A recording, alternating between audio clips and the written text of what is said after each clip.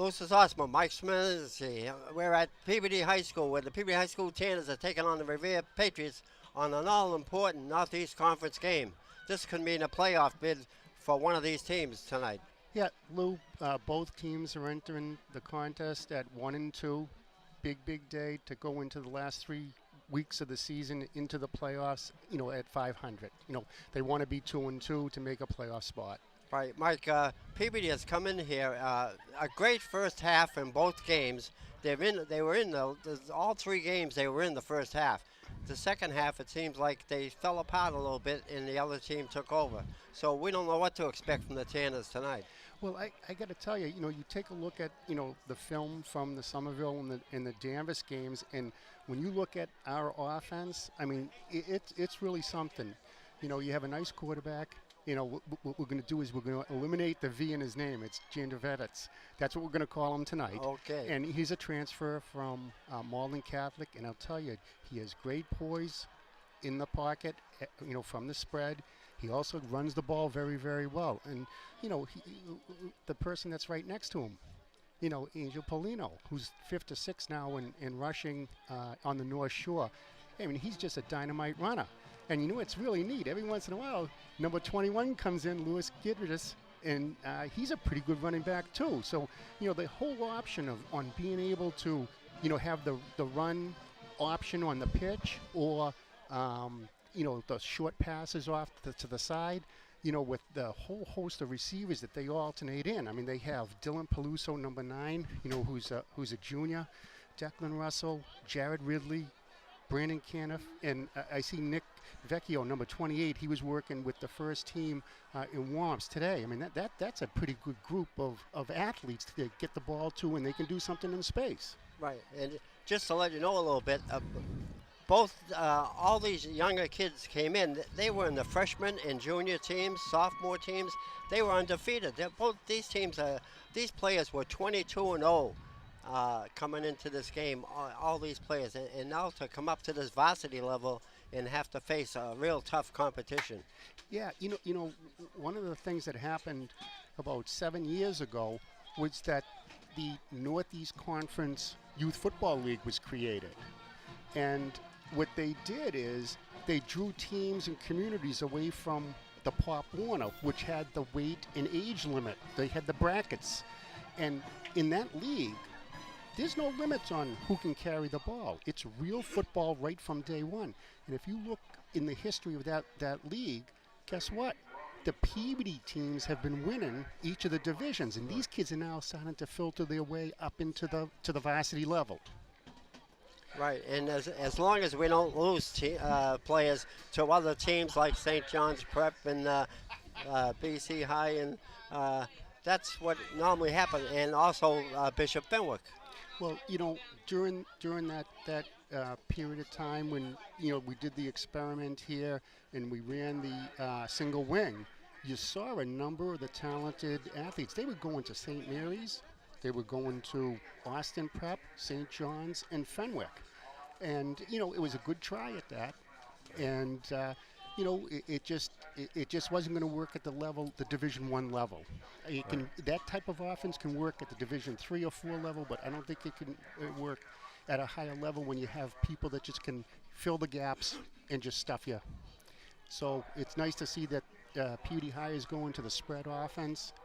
They have a nice quarterback. They have a couple of running backs, and they have a whole host of receivers, that they can get the ball to on the ground and through the air. And also their line is pretty. We never had a big line like this. This is a pretty big line for the Peabody Tanners. Well, you go across the middle, and you're talking about you have 5 seniors in the offensive line. So you have Kelleher, Caba, Locke, and Glass, and then you have Mackey, number 54, who's the right tackle. He's a junior. And, of course, 3 of those guys are captains. And it's nice to have your leadership literally on your front line. In the trenches, right? You better believe it. And they're no small guys, So now we're going to see what kind of a game we're going to see because we don't know what Revere actually has either. If they depend on passes or if they throw a lot of passes. Well, that's right. It's interesting. You go and you see, Somerville, and they try to do your typical spread offense, and then all of a sudden you go over to Danvers, and they're tight in the chin straps, and they're running downhill at you like an old 1970s offense. Right. And that's a big contrast. But it was interesting. I got to tell you, a player that is just a neat guy to watch is number 34, Tyler Norman.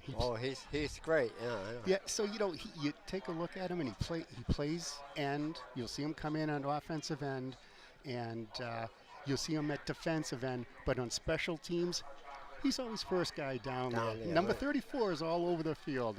He deserves a real tip of the hat. By the way, it's a pretty good crowd out there right now, and it's still we still got a few minutes to go before kickoff. But we've been getting some pretty good crowds here, Mike, night in and night out, and it's good to see the fans did not give up on the Tanners yet. Well, look, from a municipal management standpoint, from a community standpoint, we've seen across the country that a turf field with lights can invigorate a municipality. Right. And credit has to go to the Peabody Electric Light Commission. A number of years ago, they donated $1 million to create this facility, to have the turf field, to redo the lights, and boy, what a difference. And the commissioners should be named. I mean, Bob Wheatley, Right. Tommy Paris, Charlie Bonfanti, Bill Alwood, and of course Tommy D'Amato. And the irony is, back in the late 70s, early 80s or 80, Tommy D'Amato was setting records here, Right. scoring for lacrosse, and he becomes an electric light commissioner, and he participates in making this a reality. That's a real credit to giving back to the community. I don't know if you've been around the other fields, but this is the best lit field in the Northeast Conference. Believe me, when you go to other fields, you don't see the bright lights like this. And we are going down to Steve to get his input on the game tonight, and he's going to be doing the on-field commentating.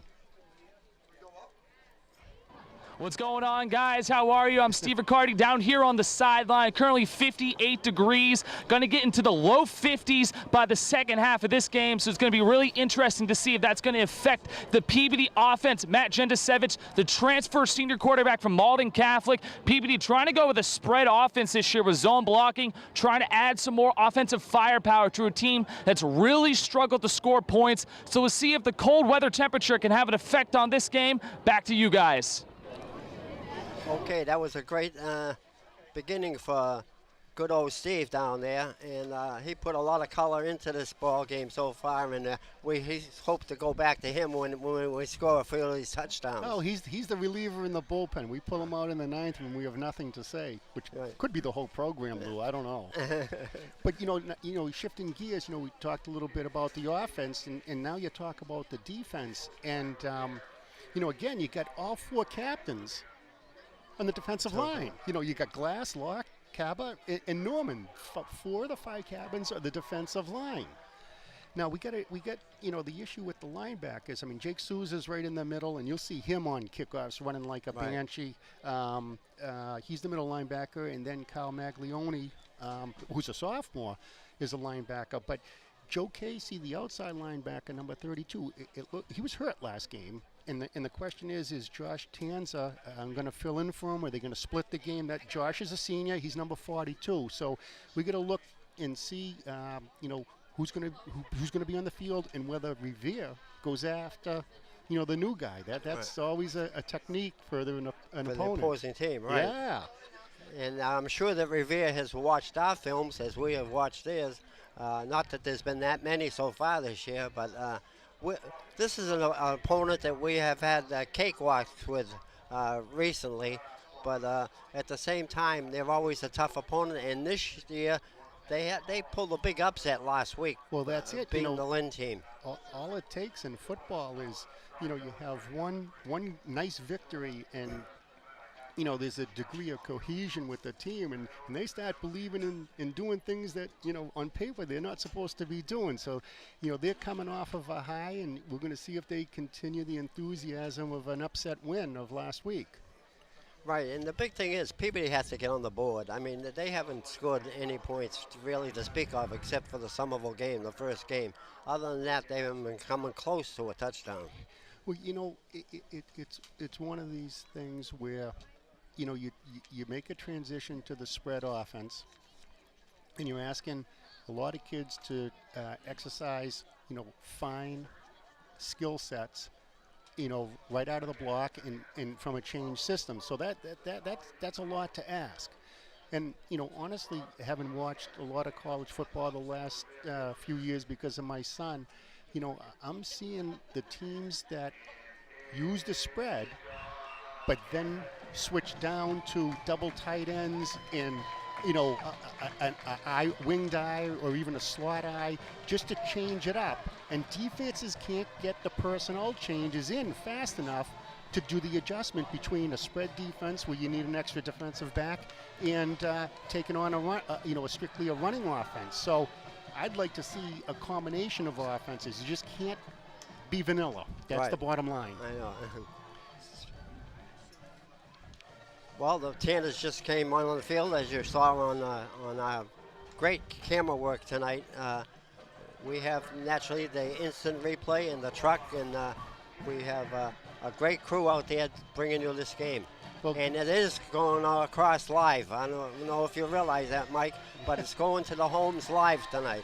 well, we have Gus and Josiah working all the technical aspects of this production from the truck, and we have to tip our hats to them because they do an unbelievable job, not just for the football games, but day in and day out at Peabody Access TV.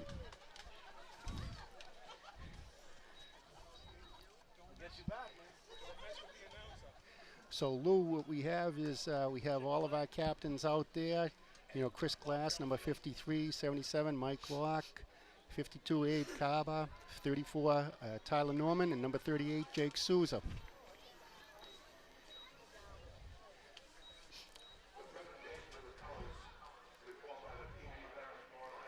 And it looks like Peabody Won the has- toss. Peabody yeah. won.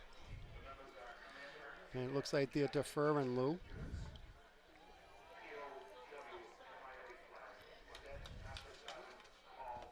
I thought we had the mic on the officials, but I guess it's not working. I'm not sure. Well, we'll do our best to interpret their calls. So Peabody's going to kick from the south goal, and Revere's going to receive on the north goal. So Lou, There's the ROTC ready to give a national anthem, Mike.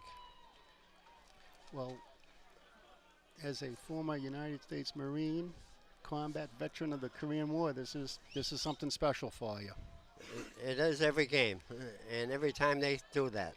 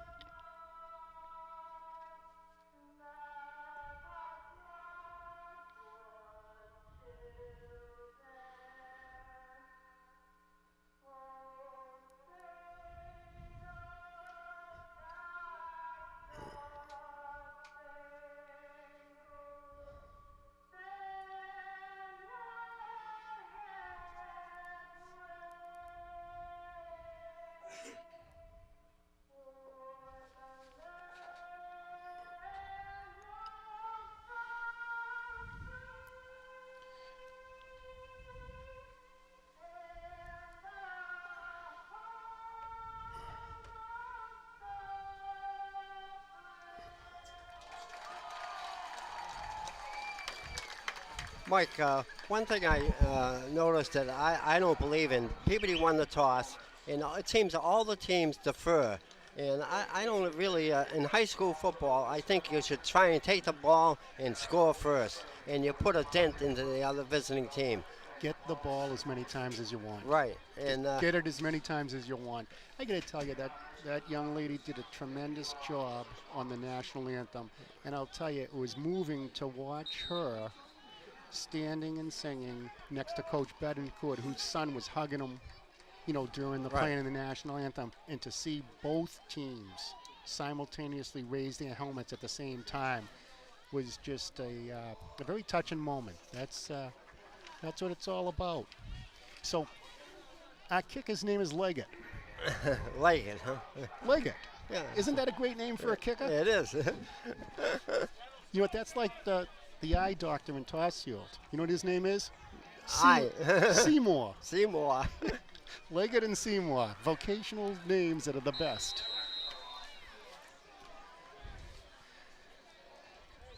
Okay, we're all ready for the kickoff, Mike, and it's up to you. All right.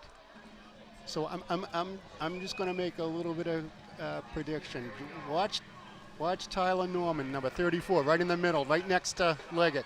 All right, so good kick, bouncing to the 15, fielded, and the running back is knocked out of bounds. Number 24, Carlos Hernandez, was in on that tackle. He's also one of the defensive backs for Peabody High. So Lou, Revere's going to take over right at it looks like the 26-yard line. Number 7, Murphy, is their quarterback, please. Furlong is a running back, and I hope he doesn't go many furlongs. That's an old-time measurement, right? Yeah.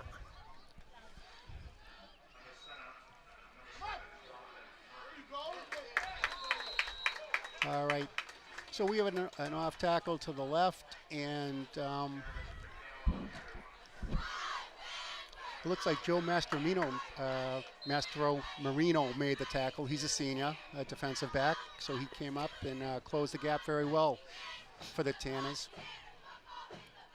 So he only picked up a yard on the play, 2nd down and 9. So Revere's under center. Again, not a spread offense. It's a double wing, handoff, kind of a jet sweep, and he's brought down by number 3, Kyle Maglione, who's a sophomore. So he was the offside linebacker, and he actually chased the running back down across the field. That was a nice athletic play, Lou. Right, and he came across pretty fast, too, and he hit him hard. He took him down with one tackle. And again, you're talking about a sophomore with, playing at this level. So that's a nice degree of athleticism. 3rd down and 2.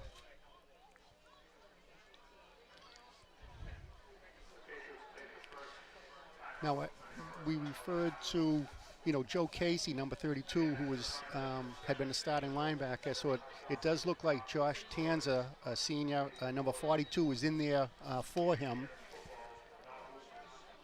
So the linebacker core will be Joe Casey, Jake Souza, and Kyle Maglione. And again, up front, Chris Glass, Mike Locke, Abe Carver, and Tyler Norman. So Brandon Caniff, Joe Mastromarino, Dylan Peluso, and Carlos Hernandez are our defensive backs. So again, you get the double wing. Revere's under center, not a spread offense. We got motion left, off tackle left, and there's a pretty big game. Again, number 9, Dylan Peluso made that tackle, but that's a first down for the Revere Patriots. They're going to take over at the Peabody High 47-yard line. That was a great run by him. Yeah, and it was a big hole for him, too. Yeah, if you take a look at the Peabody High defensive line, you'll see number 77, Locke, and 52, Kaba, and they actually line up at an angle and try to close in on the A-gaps on either side of the center to shut the middle down. So Revere, the last couple of running plays, they've been more off tackle, outside the guards, because Peabody High isn't going to give them the inside. Again, here's Revere under center, and it's just a dive play and great tackle by number 53, Chris Glass, a senior. Very good job. Nice penetration.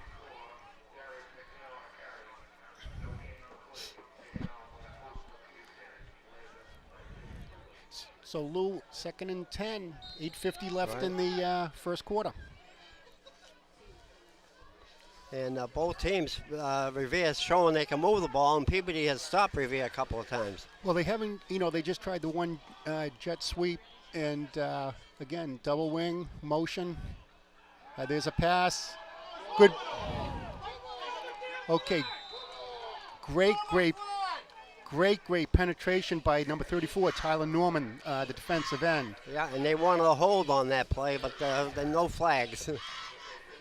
Well, so that'll put it 3rd and 10 from the Peabody 47-yard line.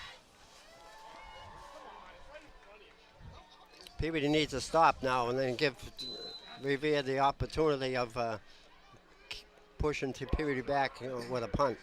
Yeah, so, Everett, again, during their big run, they ran an offense very similar to this, and it was before Coach Dibbs' son became the quarterback, and they went to a spread throwing offense. But they went double wing and with motion, but no huddle, speed offense.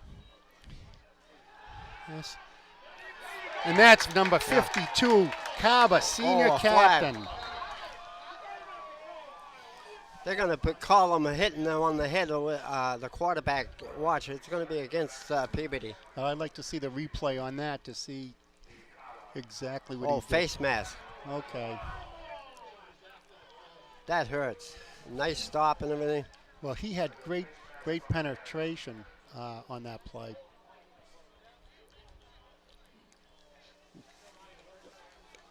Maybe they don't get the first down on this. I don't know. Well, that's what you get with a spot foul. So. Right.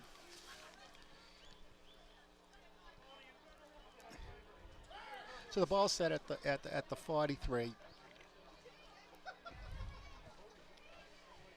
So it'll be about 3rd down and 6. Yeah.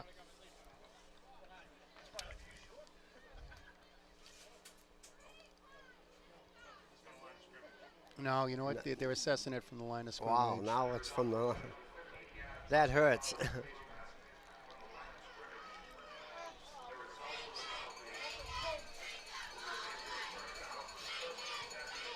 I just noticed that they put number 21, Lewis Gerdes, in a senior. He switches in, at the running back position. Right, he's a good running back also.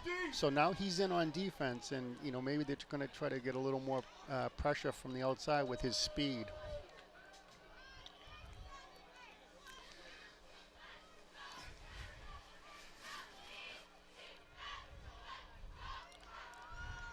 All right, toss sweep left.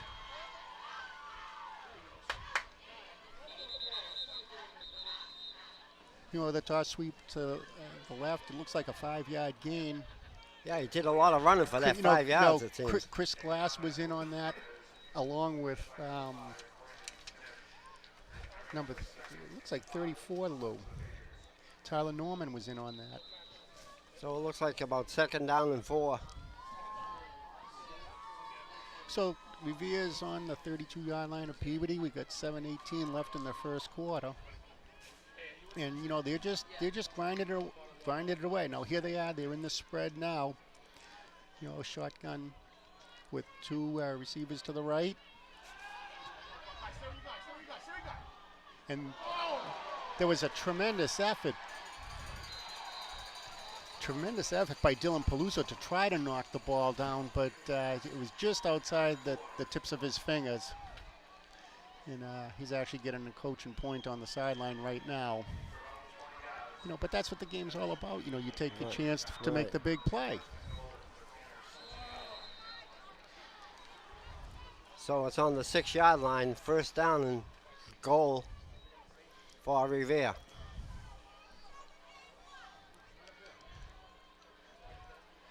So if you look at, Locke is now going directly over the center. It's like an odd man front defensively now that the goal line, and that's a great tackle by number 52, Kaba.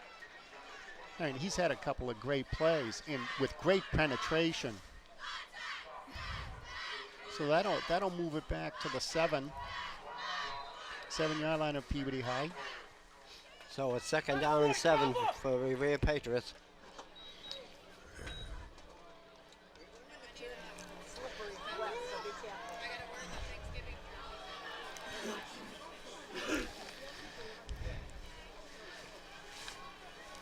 So you like that joke about Seymour?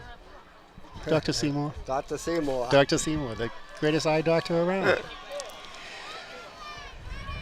I got to go to him, I guess. All right, Lou, we got a double wing with motion left, toss sweep left. He's breaking to the sideline, and we got a stop at the sideline. Yeah, about the 2-yard line. And that looks like Carlos Hernandez, one of the defensive backs. He forced the runner out of bounds. So that picked up like 3 yards. And we're on the 3-yard line, Lou. Yeah, 3rd down and 3.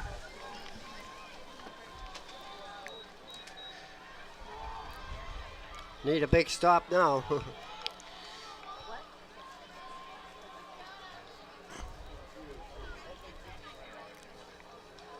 Revere is really mixing up its plays pretty well. You know, they really are. They've jet sweep, they've toss sweep outside, they've gone to the guns. Oh, the quarterback tripped. I don't know if his knee went down. Great penetration, and by number 3 and 52. You know what? That's Carver again.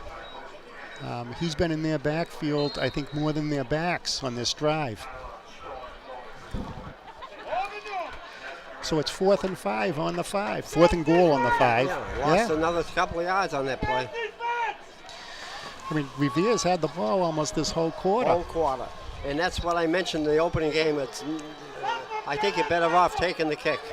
Well, here we go. Toss sweep right. He's getting to the outside, and he's going to get in for the touchdown. Right. Made it look easy. You know, Lou, you know, you talk about the 12 or 13 plays that they had on offense, and you start to analyze it in terms of the distribution. I mean, I'm counting at least 2 outside plays to the right, 2 outside plays to the left, 2 off tackle to the right, 2 off tackle to the left. There was the, pass attempt. So they're spreading it out. I mean, there's an even distribution. And then there were a couple of plays in the very beginning of the drive right up the middle. Flag is on the play.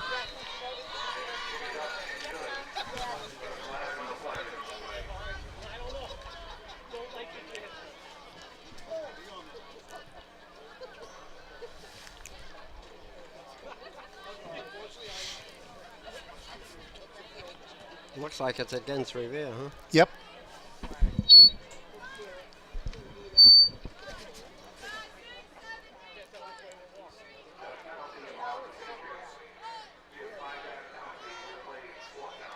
All right. So they're going to now try and kick it from here. 5 yards farther away. It was a high snap. Wow, but, that was a high kick, too. Yeah, he got it in. The holder, he made a great play. He got it down, and the kick was up and good. So with 5:08 left in the first quarter, Revere takes the lead 7-0 after a long, sustained drive, more than half of the first quarter. But Lou, I go right back to your point, about why defer? Yeah, I know. Especially in high school football. Get all the points you can early. Traditionally, if you're playing in bad weather conditions on a real field, you may want to defer based on the field conditions because it gets worse during the course of the game. Oh, the wind conditions. Or wind, yes. Yeah. But, this is all about how many times do you have the ball? How many times can you score? Right.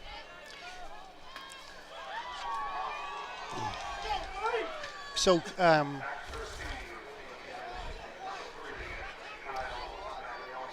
Gurades is back deep.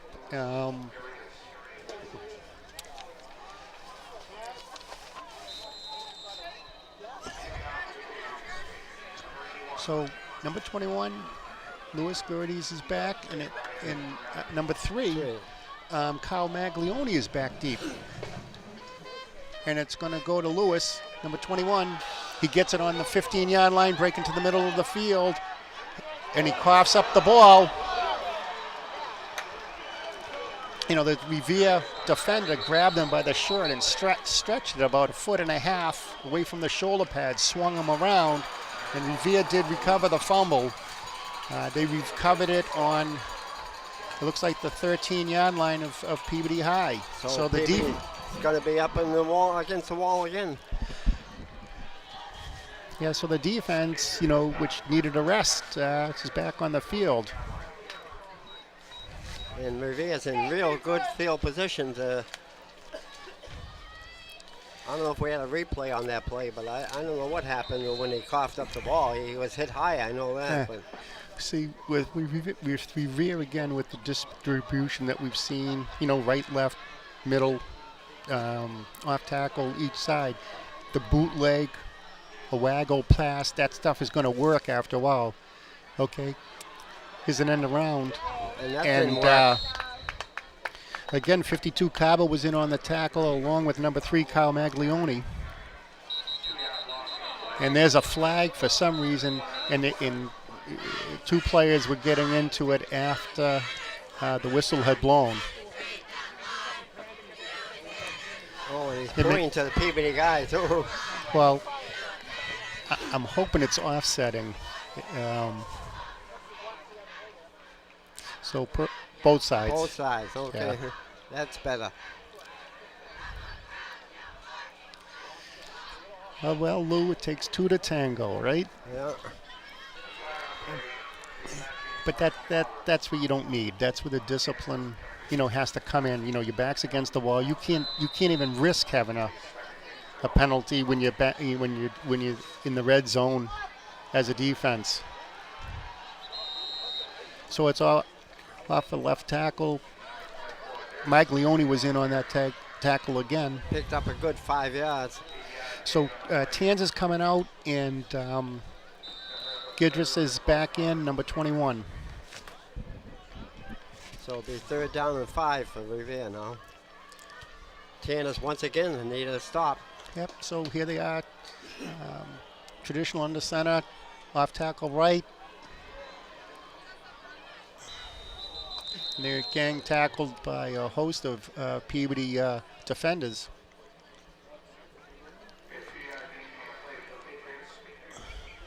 Number 77 on the bottom of that pile. Well, middle linebacker Jake Souza, you know, was the point of the spear on that attack, and you know, I think he was the first contact. Now it's 4th down and 3. Let's see if Revere goes for the score or goes for the first down.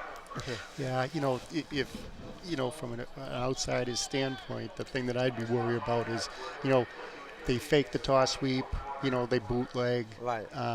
You know, they run a play action off one of the off tackles, or they hit plays off guard, because they've had success at that stuff.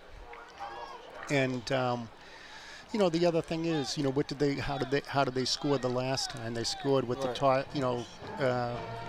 the outside run to the right, and you know what, they'd be better positioned if they were in the middle of the field. But you know, that worked the last time. Right, and they can do whatever they want. They can go up the middle or right or left. They got the whole field. So Coach Betancourt's He's out there on the field trying to prove a point somewhere.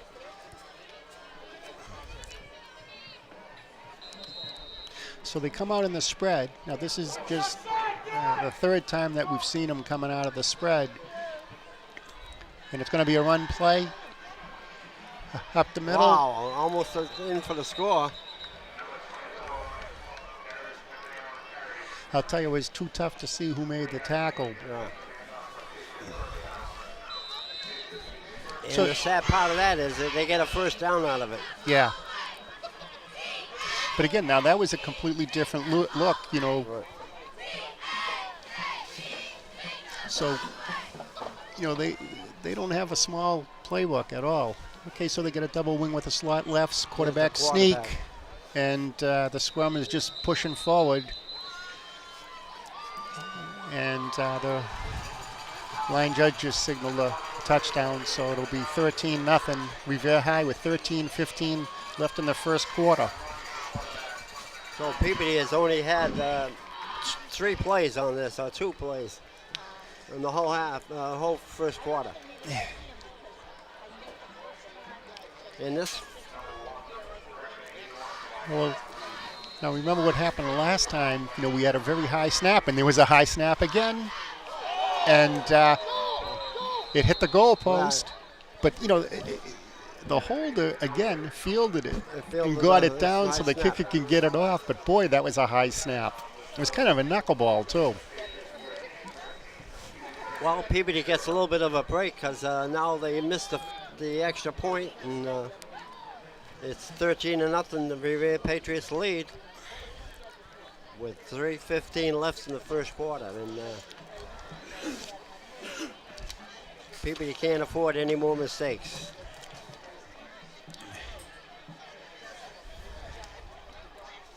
All right, so Dylan Peluso now is back deep with Kyle Maglione, you know, to receive for the Tanners. And again, the last kickoff, which we fumbled away, you know, that went down to the 15-yard line. So, and This guy can kick. yeah, and it went to the right. So I'm thinking it's going to go to Peluso. And it is, and that ball landed on the goal line. And, you know, that's one hell of a kick in high school. Right. I mean, you see a lot of the college kicks, you know, they're going to the 5-yard line. And the new theory now is you kick it kind of to the corner. Corner, and you let them run it. Yeah. If you get air time. Exactly. If you get the air time, then the defenders have a time to get down there. So the Patriots held the Tanners that time, and let's see what we can do. All right, so out of the spread, it's the option, and he's going to pick up about 6 or 7 yards. So that's Matt Gendersedets. And of course, his brother Stefan is a PAT, Peabody Access TV And he's been there a long cameraman. time. Yes, excellent. So they're Peabody High out of the spread. Gendersedets hands it off. Nope, he fakes. Reed. He gets about 15. A good run. So that brings the ball up to the 46-yard line, and there's a Revere player down. So Matt is definitely showing his athleticism. He can run, there's no doubt about it. Here's a replay on this. Let's see what he does with it. There's a snap. Matt takes it, and he fakes it, and keeps it himself, and runs to the right. And a nice fake through the left-hand side. Yeah, so that's a read play. And if you look, if we could see it again, there are players that are just literally going right after Angel Polino, number 41. They're just on him as their key. Well, if we hit the first game, he had over 100 yards, about 123 yards, and the quarterback had 96 yards. Well, the defensive coordinator for Revere is someone from Peabody, Scotty Vlasic. Right. And he's going to know that, you do have to stop the strength. So you're going to have to stop Angel, and then everything else is secondary to that. So Matt is going to have his opportunities to run because they're going to deny Angel. And again, there's Matt keeping again, nice read, and look at this, he's going to get another 10, 15, 20 yards. Wow. So Matt Gendersedets brings it down to the Revere High 34-yard line. 34-yard line. And again, no huddle, spread offense. Angel Polino to Matt's right. You got double slot to the right. And again, another read. This time Angel gets it. And he picks up about 3 yards. to about the 30-yard line of Revere High. Now this is great. You know, you don't let the defense rest. You're in the spread, no huddle. You use those big linemen. Okay, there's a pass. Oh. Now that was to Colby Terrian on a short pass. And did Colby played some quarterback last year, right? Right. Colby Terrian, yeah.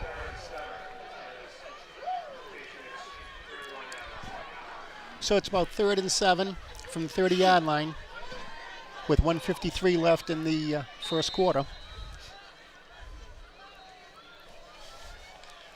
So we'll see what the Tanners do on this big play. It's 4th down territory, no doubt about it. All right, Matt is in the spread. Rolling to the left. Oh, just outside the reach of Dylan Peluso. You know, Dylan's ran a nice route. He was deep enough if he caught it, you know, to have gotten the first down. So you're right, Lou. 4 down territory. You're down by 2 scores. I don't think you have much choice, but you have to go for it.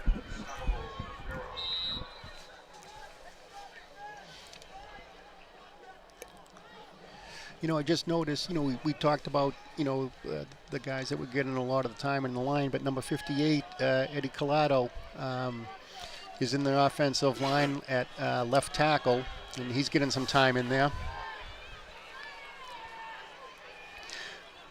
So Matt's rolling to the left out of the spread. They were trying to double move, and there's a penalty flag. So you know what happened on the outside? That looks like a hold. Peluso was doing a double move, and he got grabbed. I don't know if the ref saw that. We'll see where the flag was. Yeah, the flag was way up here. You look at the Peabody High coaches are complaining about what happened to Peluso.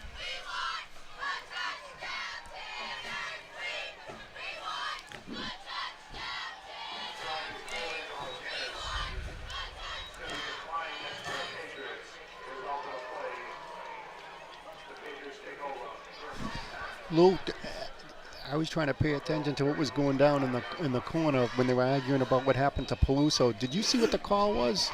No, I didn't get it. But Revere has the ball now. On the 35-yard line. Yeah. I was watching down that corner also with you, Mike.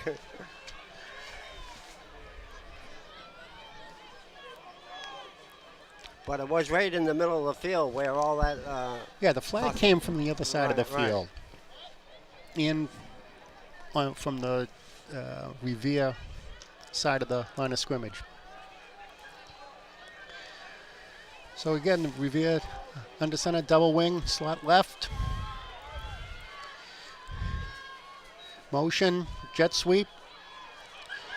And the running backs get into the outside. And Joe Mastamarino brought him down, thank God, because the running back was going to be gone.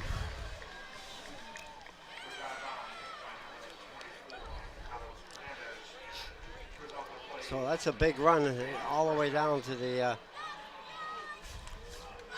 10 of 45-yard line. Now, he must have stepped out. Yeah, they put the ball at the 45-yard line. 45-yard line, yeah.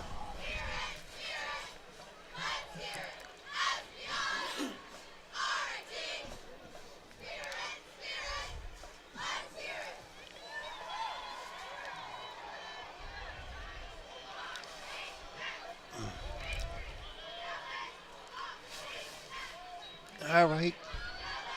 Off left tackle. Kyle Maglione in on that stop. Again, a great job. That was about a 2-yard gain, Lou.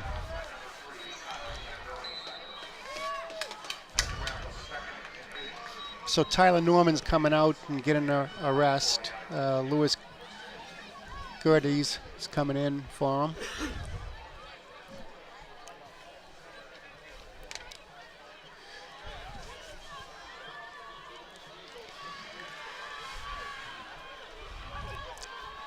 All right, again, over the right side. Only picked up a couple more yards, probably. Mike Locke, captain, made that stop, number 77. So it's going to be third and about 6, Lou.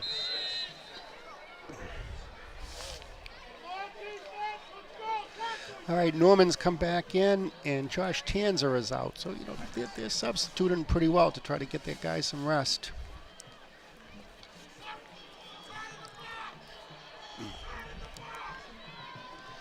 Again, here's Revere under center.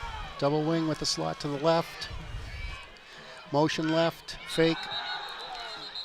And there's laundry on the field, Bull. Must have been a motion. Yeah. It's on Revere.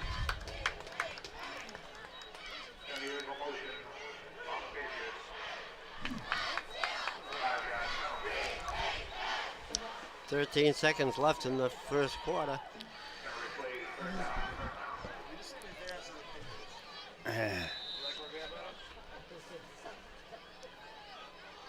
Now it's 3rd and 11. So we'll see if Revere comes out in its spread They're going to formation. hold off and let the clock run out. Well, a tough first quarter for the Tanners. They hardly had the ball, it seems like. And this is what has been happening in the last 2 games. It seems like they never get the ball. Well, to fumble the ball. People on the sideline. To turn the ball over. Okay.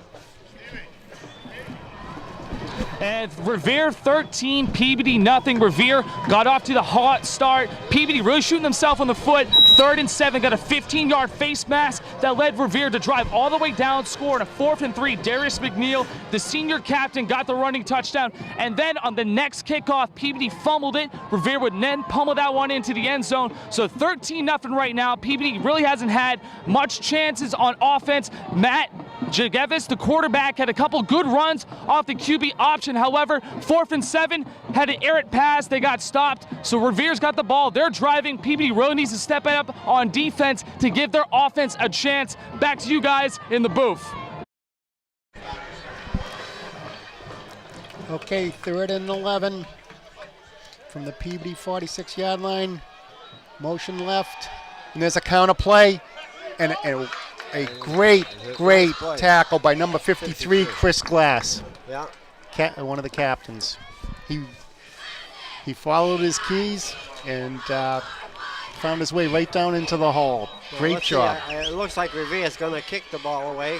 They aren't in bad field position. Winning 13-0, they could go for the first down, but they're not. Yeah, so Maglione and Peluso are back deep. And there's the punt. It's high. It's going to bounce. And Revere's going to down it. Probably on the 18-yard line. So now here's the chance for Peabody High to put the second quarter. They could try and drive the ball down and see if they can get on the board. Yeah, the key is a sustained drive, and create self-confidence.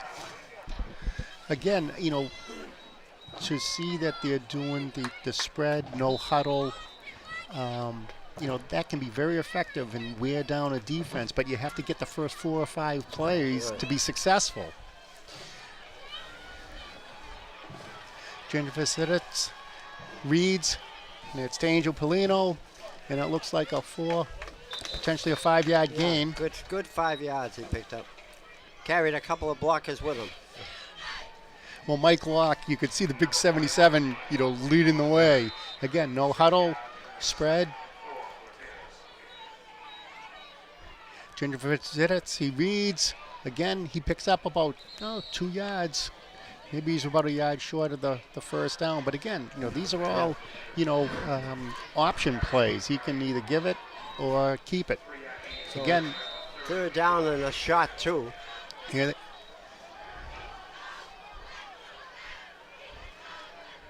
And again, there's the read. There's the Angel Polino. He breaks for about a good 7 yards. Yeah. Right up the middle. First down. And that's with a Glass, Lock, and Kaba right up the middle.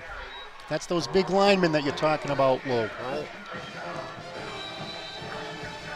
Again, no huddle, spread offense. And it's Angel Polino. Again, he's turning and twisting for about a hard-fought 2 yards. So it'll be a second down on the 42-yard line, or the 37-yard line.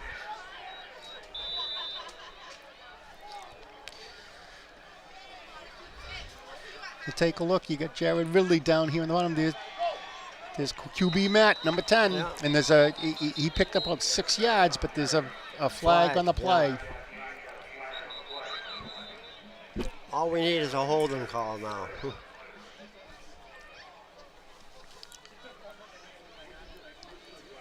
Yeah, we have a Revere player that's hurt. Yeah, and the Peabody player's on his knees there.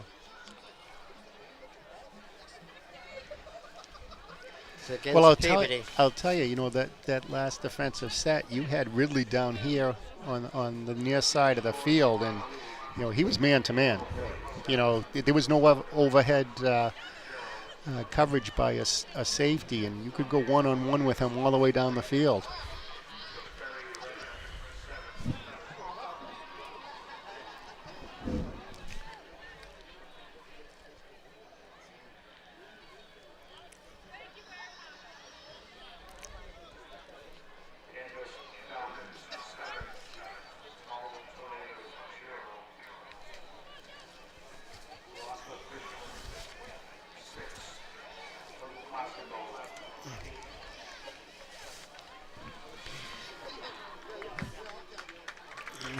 Oh.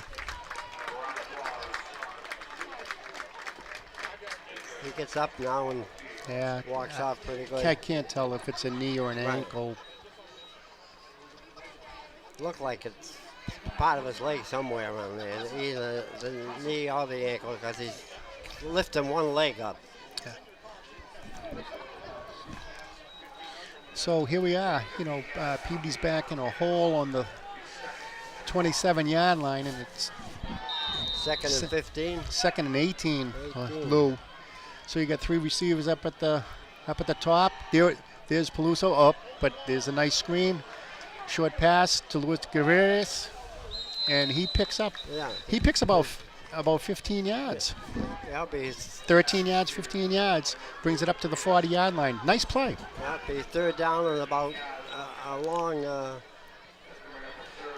No, it's not. It's not quite a screen pass, but it's not. You know, it's a screen like those flare. Short passes. I like them.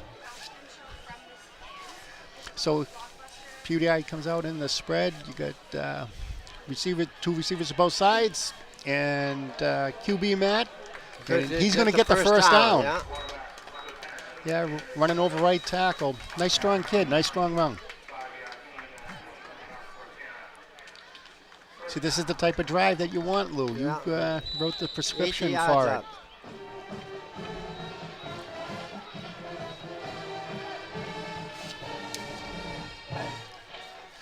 So Peabody out of the spread.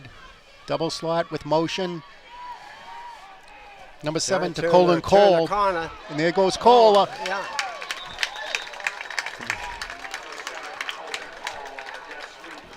Now, you know, Cole is a real fast runner. He's pretty fast. Colin's been used on kickoff and punt returns during the season. So he has some speed. That was a nice play. Again, here they are, the spread, double slot. Motion. Sweep right. And that's Kobe Terrian. I mean, you take a look at it, Lou. They're using a lot of different people on offense. And a lot of plays. A lot of different players are on offense. So second down and 4. The Tanner's moving the ball. I mean, Luis Gurdes is in, you know, for Angel Polino. Oh. Up, could be encroachment. Okay, there's Matt. And he stopped basically at the line of scrimmage.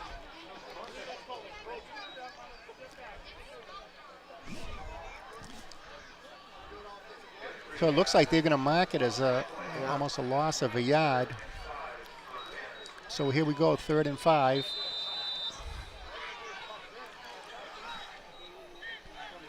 You know, I noticed they just put in Nick Vecchio. Declan Russell are out wide to the left.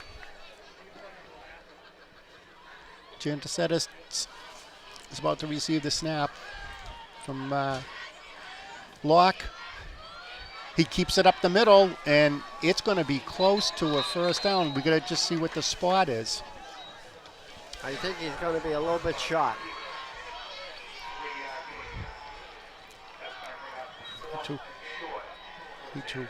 Yeah, it's got about a yard, so big play for the Tanners now. They have pushed this first down over. Well, you know, they just subbed in, so Norman's in as a tight end. And Joe Kate, it looks like is Casey in number 32 to block? So it's up the middle, number 3, Maglione, and that's going to be a first down for Peabody High. Ball down on about the...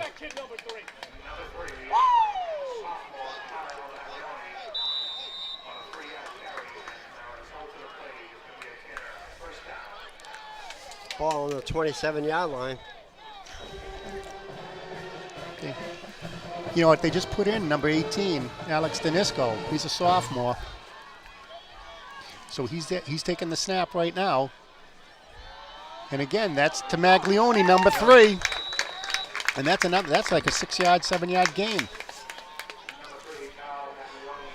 So Angel Polino is now in. And again, they get Danisco in at quarterback. Right, yeah. Again, from the spread, no huddle. Polino, he's breaking it to the left. He just found his own hole. Right. Wow. You know what? That's reminiscent of the Dallas Cowboys Super Bowl run with Emmitt Smith. Just 2 double teams at the point of attack and just find your own hole. So again, you know, a little excitement here. We have a new quarterback in, sophomore Alex Danisco. Again, he rides Angel into the line, who picks up about 7 yards. And, you know, leading the blocking was Tyler Norman, number 34. And 54, Phil Mackey. Revere's taking a timeout. Peabody was right up there, ready to snap the ball. Well, I'll tell you, long sustained charge. This is the Lusa Sosimo special. So 4:41 left in the half. And Peabody High knocking on the door of Revere on the 5-yard line, or 4.5. If they get a score, they'll be back in the ball game, and that's what they need for their spirit, to show that they can put points on the board. And guess who gets the ball second half? Yeah, Peabody will get the ball, right? That's right. I'm glad they deferred.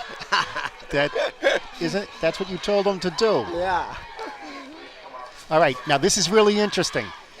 The middle linebacker, number 38, Jake Souza, is in. Now, he's in there for a reason. He's going to be in the backfield. He's going to be blocking. And, of course, Matt Jandridovitz is back in. I'm not going to say the V. I don't like that in his name. We're going to change his name. But, you know, there's a reason that Souza's in there. Right. He's going to be blocking. You watch. He's going to be blocking for Matt. And again, it's a tight formation. He's got the ball. Jake Souza brought in, stopped at the line of scrimmage. Revere smelled that play out, I guess. They were lined up ready. Well, listen, the offensive line was tight formation. You know, this is just an invitation to go outside. Again, there's the fake. Matt is driving. He's going to get to like the 1.5 yard line.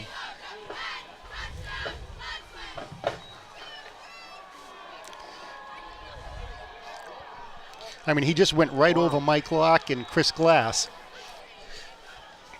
It's down about the 3 yard line, I believe. Now, Colton Cole just came in, okay? And Colby Terrian. Colby Terrian, right? Yeah, so Jake Souza is still in there. And Terrian's taking it. He did. Colby Terrian. So Peabody High gets on the board with 3:31 less than the half. So now we have a ball game. how many times do you see a high school football team And without injuries use Right. 3 different quarterbacks in a half? Right. And there's another Revere player down, and he looks like he's not Actually, even moving. Number 55 was shaken up, and you have a player down.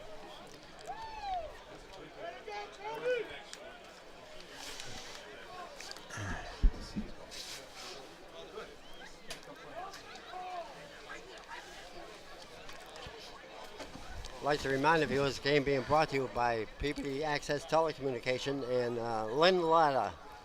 Lynn Ladder is our sponsor, Mike. Well, I got to tell you, the program is just filled with all the sponsors, all the local businesses in the community. Right. And they haven't had a program like this for a couple of years. And now this boosters really made a nice program.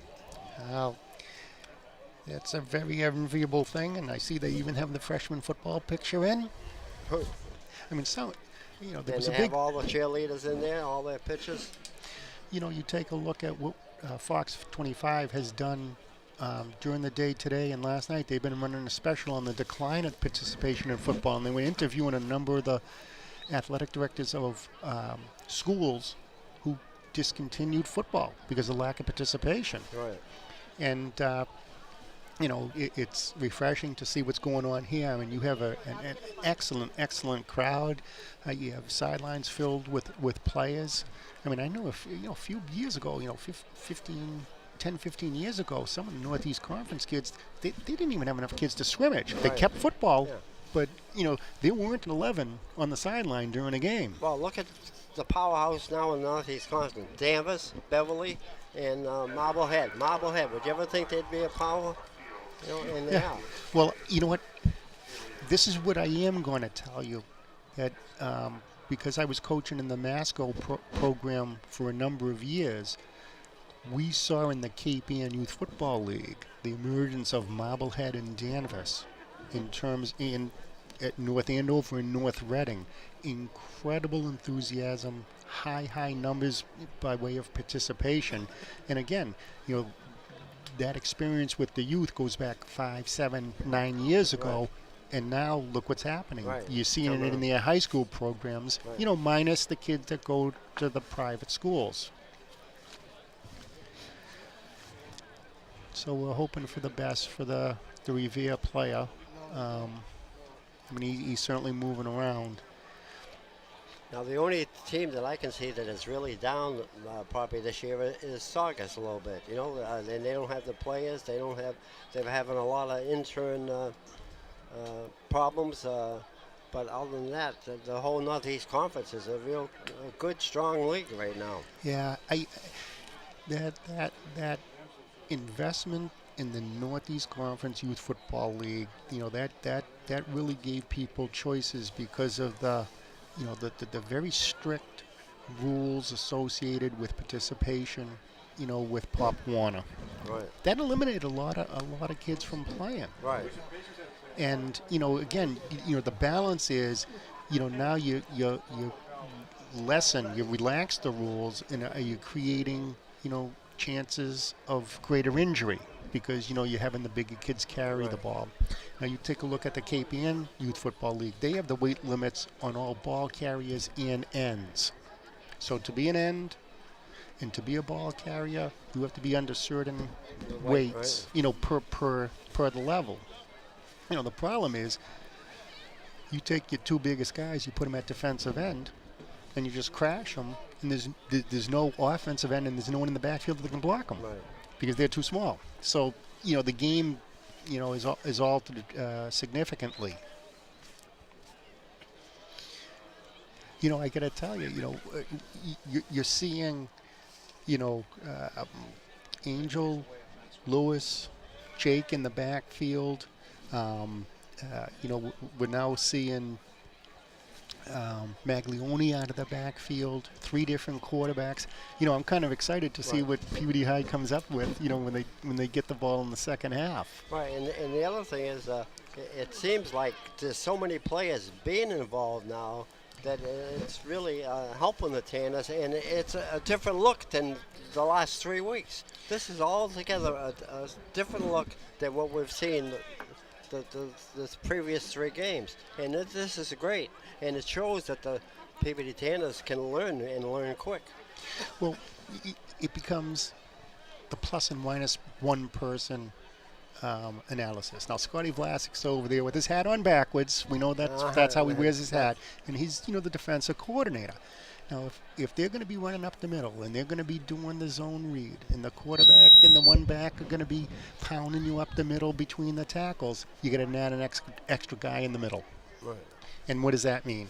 You're going to have one of these receivers. You're going to have a Peluso, or Russell, or Ridley, or Caniff, or even this kid Vecchio on the outside, Right. and it's going to be one-on-one.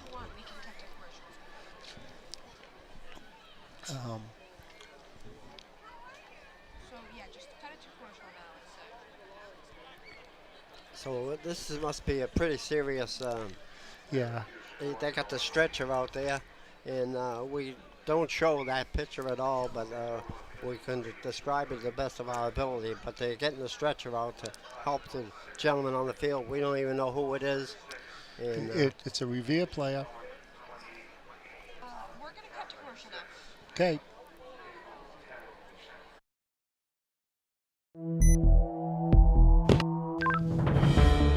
DC Rentals has been in business for almost 30 years, offering state-of-the-art radio communications and security camera systems. DC Rentals is able to cater our system, scale it down to any size event, large or small. Our custom-built trailers are designed for fast deployment with full video and communication capabilities. We offer top-of-the-line Motorola and Hytera dispatch and radio equipment, along with Telex and Zetron consoles. DC Rentals Mobile Command Trailer is also available for special events or emergency. In addition, we provide individual and group training sessions on all of our equipment, as well as 24-hour customer service. DC Rentals can be reached at 781-289-3000 or on the internet at dcrentals.net. DC Rentals is a proud sponsor of Peabody TV.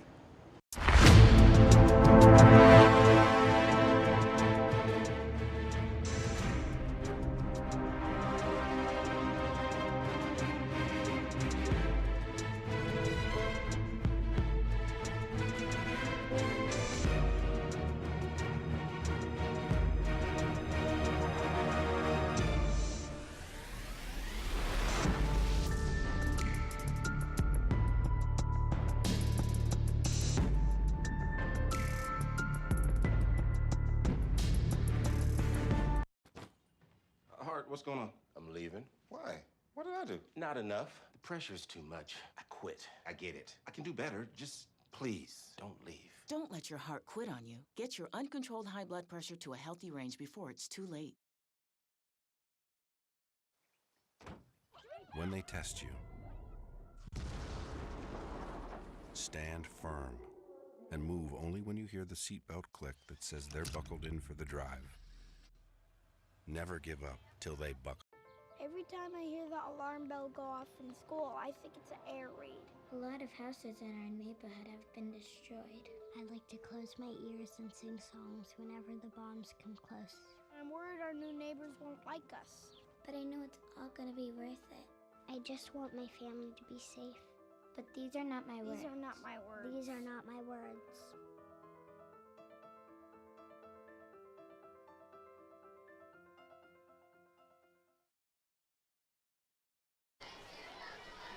You guys mentioned sponsors? Okay, we'd like to remind you that the sponsor once again is also Lynn Ladder and DC Rentals. and DC Rental.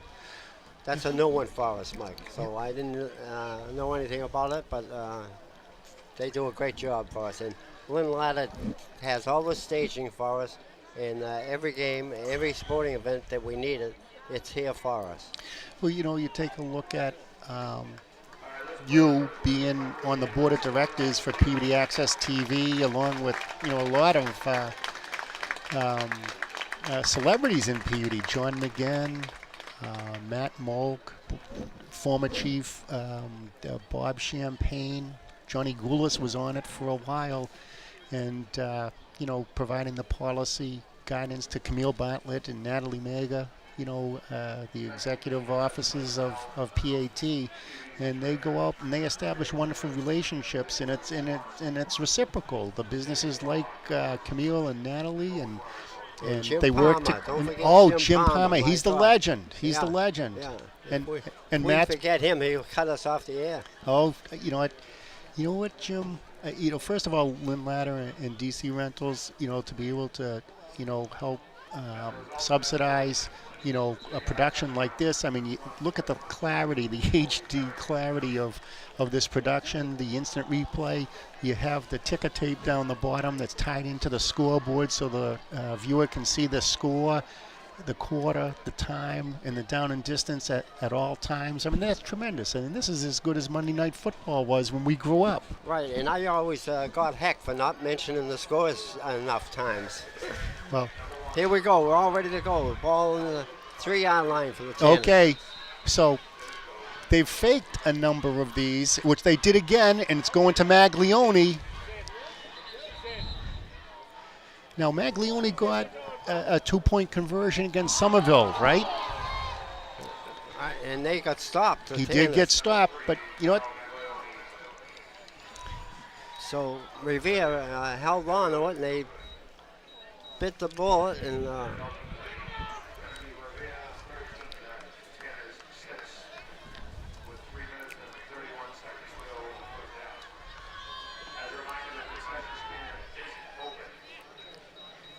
so there's 3:31 left, and Revere will take over. Well, that's, let's hope we can get a nice deep kick, bottle them up, and, shut them down into the half and then come back and get the ball. Right, Lou? Right. And all they need is that touchdown and the extra point again.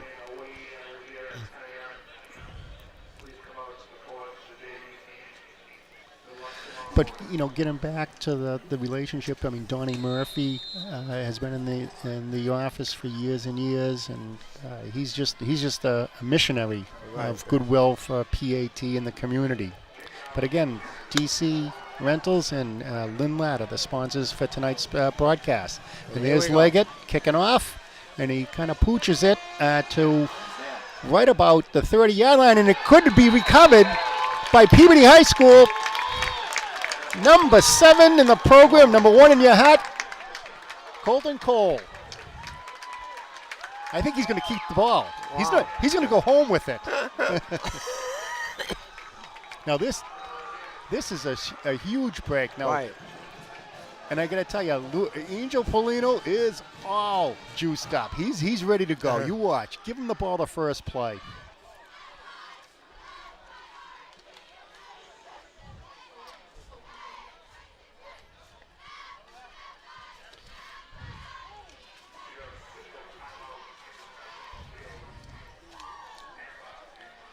All right. So it looks like there's going to be a timeout now. Now we got the crew, Mike. Yeah, now look at, we mentioned Gus Magrigota, Josiah Bedrosian, but we have others that are helping out, and they're spread throughout the stadium. Lily Hart, Alex Locke, Ashley Ambrose, Matthew O'Connor, Michael McClernand, Jeremy Levine, and Jimmy Wynn. So that's and that's why this production is going over throughout the communities right now. Well, we have just around 20,000. There's 20,000 subscribers of Comcast, in Peabody. Right. And maybe it's just under 20,000 subscribers. But having this number 1, live, and then streaming. People are streaming this also. You can go on YouTube, the Peabody TV YouTube, collection of all of its productions, and watch it at any time.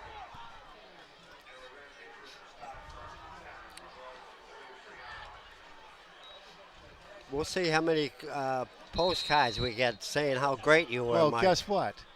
We thought he recovered the fumble. He didn't. Oh, he didn't cover it. Wow. He didn't. Down. What happened? He got the ball. He's not giving the ball back. There's a jet sweep. Maglione hit him, and then we got a secondary hit from Brandon Kniff. He didn't want to go down.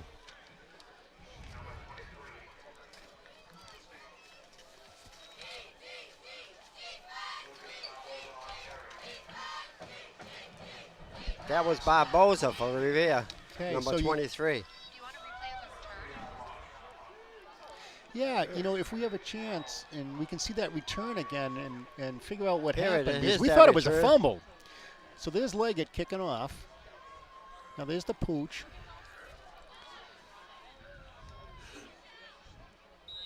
So the ball lands at the 33. Oh, his foot was... Oh, it went out of bounds, right? His foot, Cole's foot was just on out of bounds. So that's why Revere was awarded the ball in possession.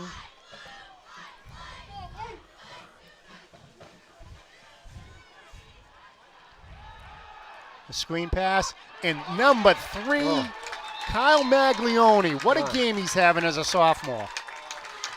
And Lou, if you And notice, number 34 also in on that. Yeah. Tyler Norman. Lou, you look. They've now gone from a 4-man defensive front to a 5-man defensive front.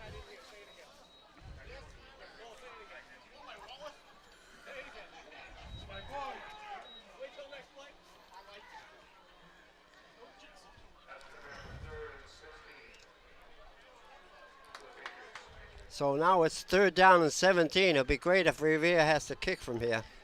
You know, there's still enough time for us to get down the field.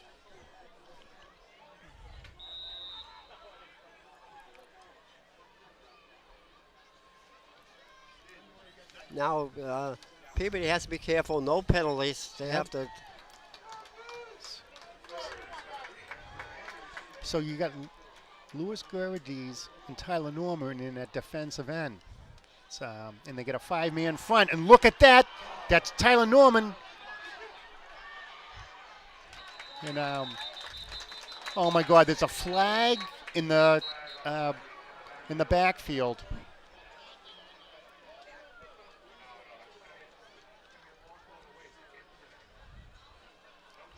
Don't tell me you're roughing the passer.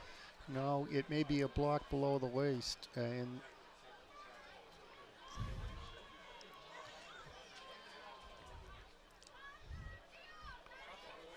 yep, below the waist. Yeah. So we can really push them back.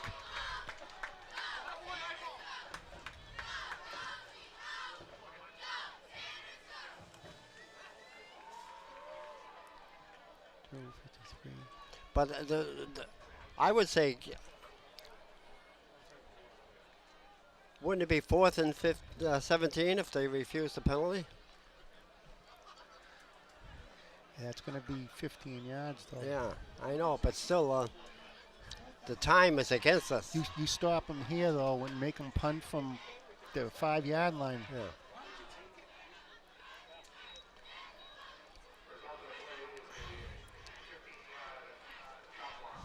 So I think it's 3rd down 27.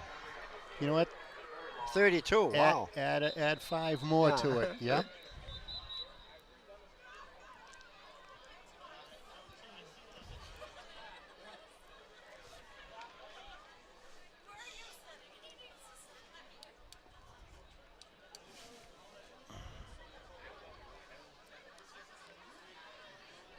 I mean, they're placing the ball on the 13-yard line, 14-yard line.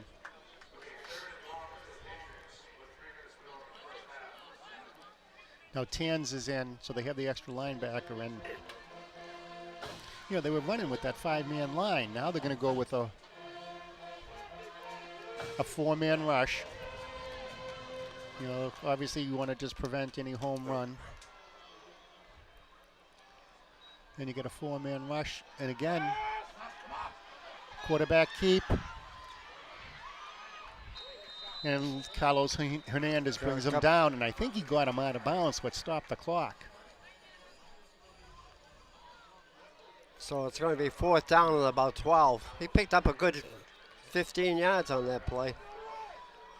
So, you know, he's going to be, the punt is going to be punting from, you know, just inside the 10. And again, you got Maglione back with Dylan Peluso, and they have a chance of getting a good return. A shot kick. Yeah, he's going to. Okay, so there's Maglione. He's trying to get by one. He got by two, got by three guys. So he crossed over the 50. Yep, so it's on the 48-yard line, 49-yard line. And you got 2:42 left in the half.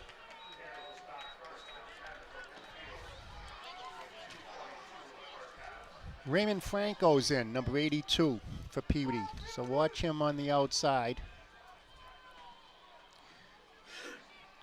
So Woods and Terrian are split out to the left.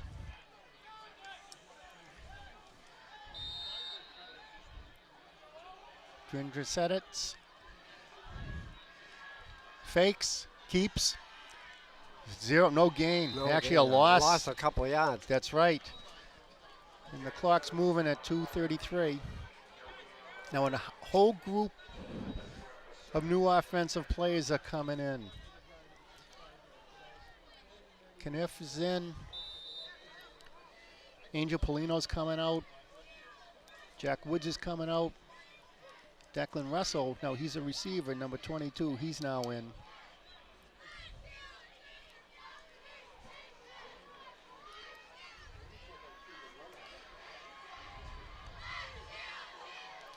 So Matt Jandrowitz, he's the quarterback. He's rolling to the left. And that looks like a completion to number 5, Brandon Kniff. Yep, they're ruling it a catch. And the clock is running at 1:45. Down to the 41-yard line. So of Revere's. Yeah, so it's 3rd and 2. Louis Gurides is in at back. Now, this is what they're doing. They're switching up quarterbacks again. Alex Danisco, the sophomore, is now in at quarterback. He's taking the snap. And that's to Lewis.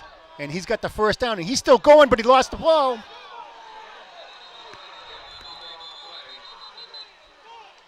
Yep, so Revere recovered with 1:09 left in the half. Well, that's why it's a ball game, Lou. Yeah, it's a seesaw battle. Well, at least it's a good close ball game. One score, Peabody's back in the ball game. Yep. And that's the whole second half we have. And Peabody, like you mentioned, Mike, Peabody gets the ball first. Yep. Peabody's taking a time. Are they taking a timeout? No.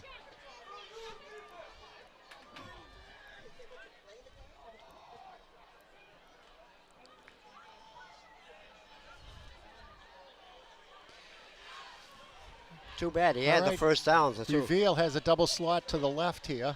And going off tackle to the right. And number 9 on defense, Dylan Peluso knocked the Revere running back out of bounds. But that was after a pretty good gain of about 15 yards. So Revere will have 1st and 10 on the Peabody 49-yard line with 1:04 left in the half.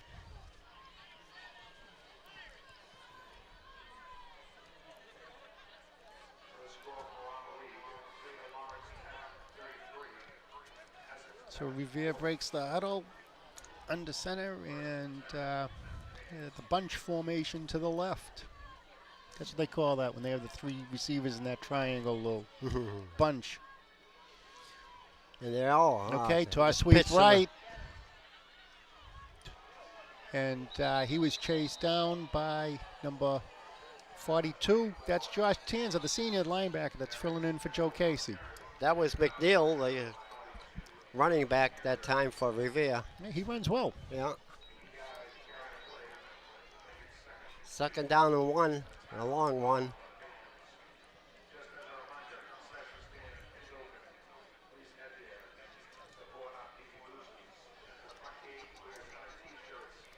I'll tell you that I'm looking at the captain like Mike Locke and Chris Glass and Kaba, number 52. They just don't come off the field. All right.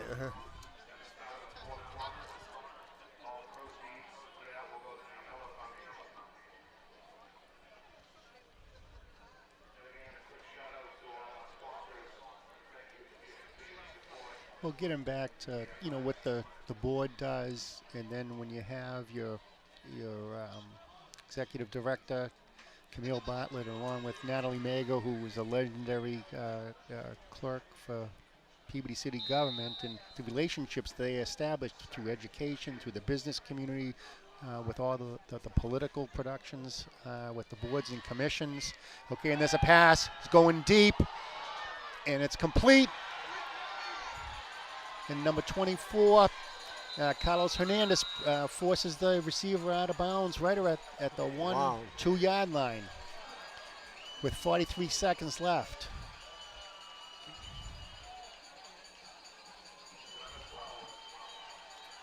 The quarterback for Revere made a nice play out of that. I mean, he had to work his way out of a crowd. And righty quarterback throwing, as you're rolling left, that's a tight play, and there's a quarterback sneak, and it looks like it's going to be a score. Yeah.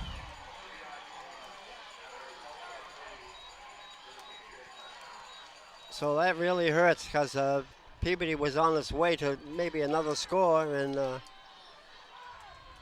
well, to be tied or up one going into the half and receiving the ball would have been a great lift emotionally for the Peabody Tanners. And again, a high snap, but the holder gets it down. And kick is good. Boy, he really gets it up high too. He that does. kick. He does. It goes way over the goalpost, the top of the goalpost. Someone's chasing the ball still. Yeah. So 39 seconds left. Well, maybe the Tanners can do something real quick. Well, if Revere's smart, they'll just pooch kick it so that there's no return. And right.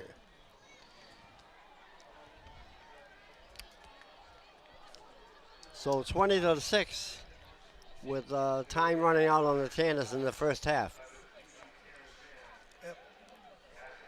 So Peluso and Maglione are going to be the deep men for Peabody. And again, I'm expecting them just to kind of squib kick it and, prevent a big return. Don't be surprised if Revere tried a onside kick. The way he's teeing it up, probably isn't going to do that. The question is he going to really give it to one of the better return guys or kick it a little short? We'll soon see. No, he kicks it all the way down. He's got a good leg. Maglione, yeah. Maglione's breaking. He's cutting up the middle. He's carrying people. And again, that's a good 25-yard return to the 42-yard line with 32 seconds left.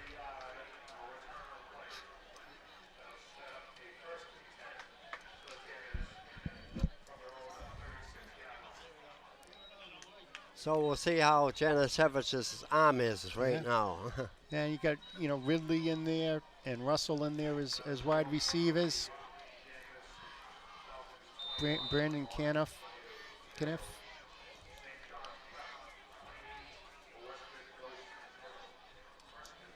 Peluso's down here on a double slot to the right. Here's QB Matt out to number 7. Nice completion. Colton Cole, about an 8-yard gain. And too bad he couldn't run out of bounds at the time. Instead of trying to pick up a few more yards. The clock is stopped.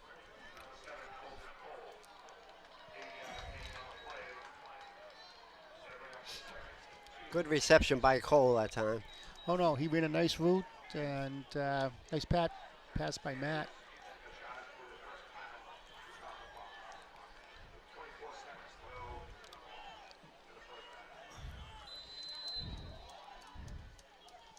So they have a screwed up coverage. They only have 2 men and 3 receivers. There's 3 receivers here. There we go. There you go.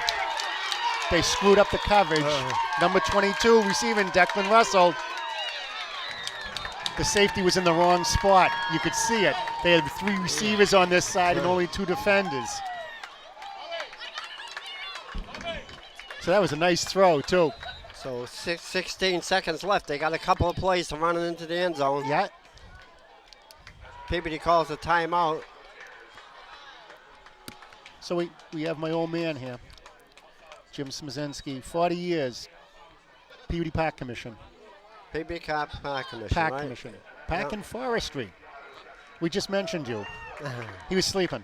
He's sleeping, huh? He was checking out the menu at Champions. That's Is what he he? was doing, yeah. How's the steak tips?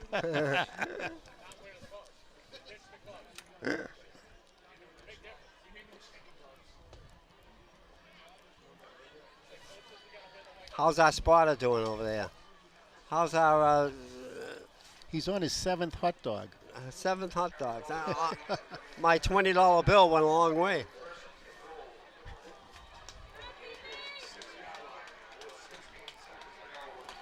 Well, I said spotter. There's our spotter. He's doing our stats. We get the 2 most silent spotters Yeah. in the history of cable TV. Okay, QB Matt, we've got motion left. We got 4 receivers on the left side, and that obviously was a busted route of some sort, and they were trying to go to Kniff. But they literally had 4 receivers on the left side of the field.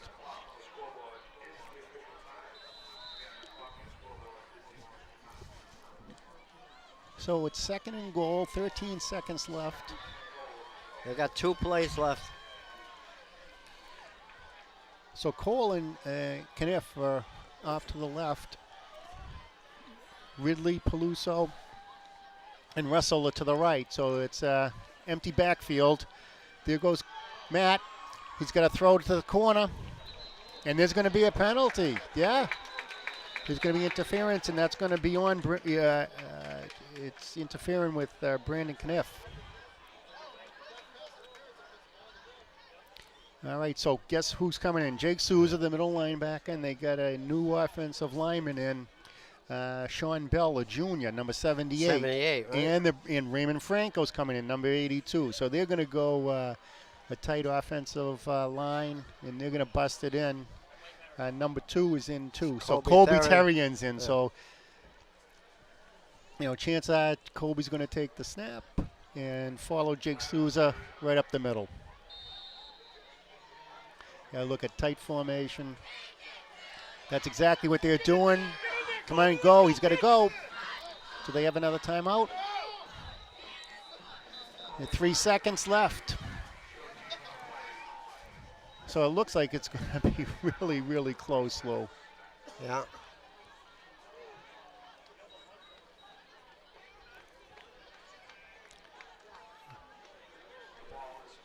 Colby's hurt. He twisted his ankle. At halftime, we're going to go to Steve, just to let you know. You don't have to say anything now, but just want to inform you. Okay. All right, so QB Matt's in.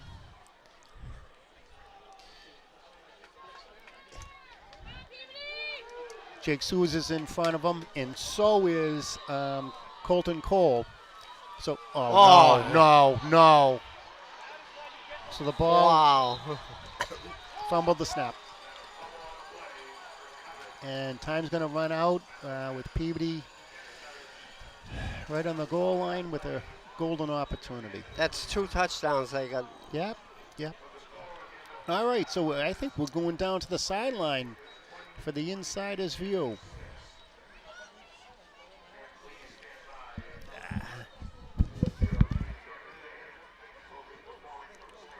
Throw it down to Steve. Revere 20, Peabody 6. Peabody just fumbled on 3rd and 2 with about 5 seconds left. Revere got it, so they did not score after a 48-yard pass from Declan Russell. So it's been a very, very frustrating half for Peabody, shooting themselves in the foot. They recovered an onside kick. However, the runner did not reestablish themselves, so therefore they did not get possession. So it's kind of been like that all day long for Peabody. 2 fumbles. They're really shooting themselves in the foot. They're going to have to play a very clean and almost perfect game in the second half to get the victory. They're going to really need to step it up on both sides of the field. Penalties, turnovers, the huge detriment for the Tanners so far.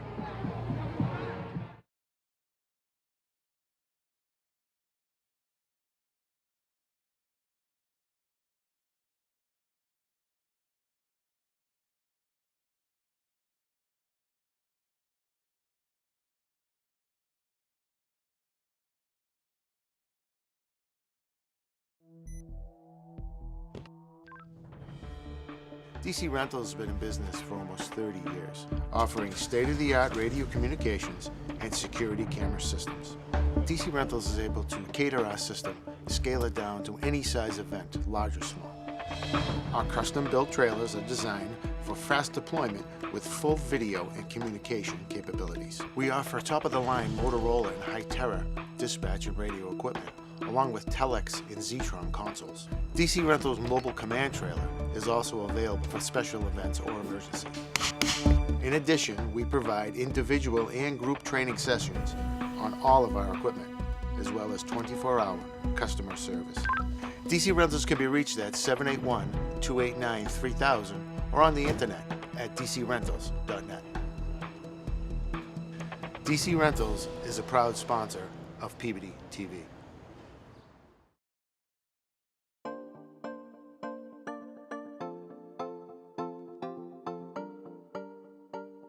My name is Todd Busey, principal of Higgins Middle School. The upcoming school year is right around the corner, and we wanted to give you a brief instruction on how to safely and efficiently drop off your child at Higgins. In the past, morning drop-offs could be hectic. With the redesigned traffic pattern and designated drop-off zones, we aim to streamline this process. When arriving at the school from the Perkins Street main entrance, you will stay to the right side of the road. There are signs indicating this right lane as the drop-off lane. Follow this route around the building, stopping at the stop sign. At this point, we ask that your student remain in the vehicle. It is important that we keep the flow of traffic going towards our designated drop-off zone. Take a right-hand turn towards the north athletic field and safely drive around the fields. Once past the field, you will see signs indicating the safe drop-off zone. 10 cars at a time will fill the drop-off zone and drop off their children at the same time. Once children are out of the vehicle and safely on the sidewalk, the 10 vehicles can pull forward and exit the school to the right. Parents, please resist the urge to drop off your student and pull to the front of the drop-off zone. This can put student safety in jeopardy. Parents approaching Higgins from the King Street entrance should follow the previous instructions. Dropping off your student at the stop sign or in the small lot adjacent to the intersection is prohibited. When stopping at the King Street stop sign, take the immediate right and drive around the fields until you've reached the drop-off zone.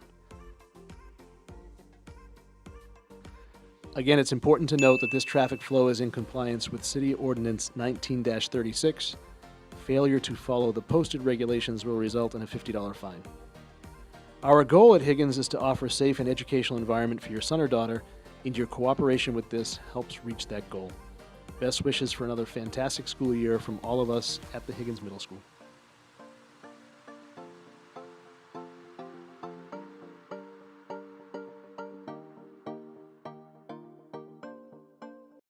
Every time I hear the alarm bell go off in school, I think it's an air raid. A lot of houses in our neighborhood have been destroyed. I like to close my ears and sing songs whenever the bombs come close. I'm worried our new neighbors won't like us. But I know it's all gonna be worth it. I just want my family to be safe. But these are not my words. These are not my words. These are not my words.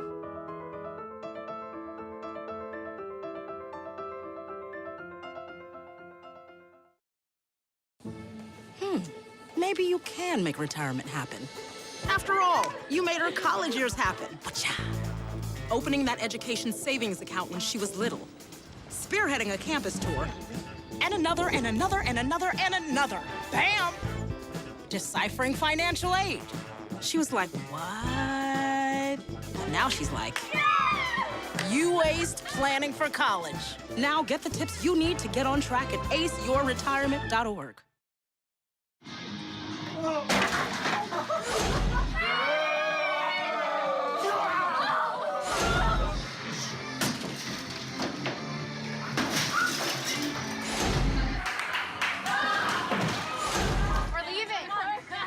Most party fouls are pretty dumb. But if you decide to drink and drive underage, you could lose your license and your freedom. Underage drinking and driving. The ultimate party foul. You made this vacation happen, cleverly merging promotions. Double points with every purchase. And cross-referencing travel sites. Aloha! If you can ace your vacation, you can do it for retirement. Get on track with tips at aceyourretirement.org.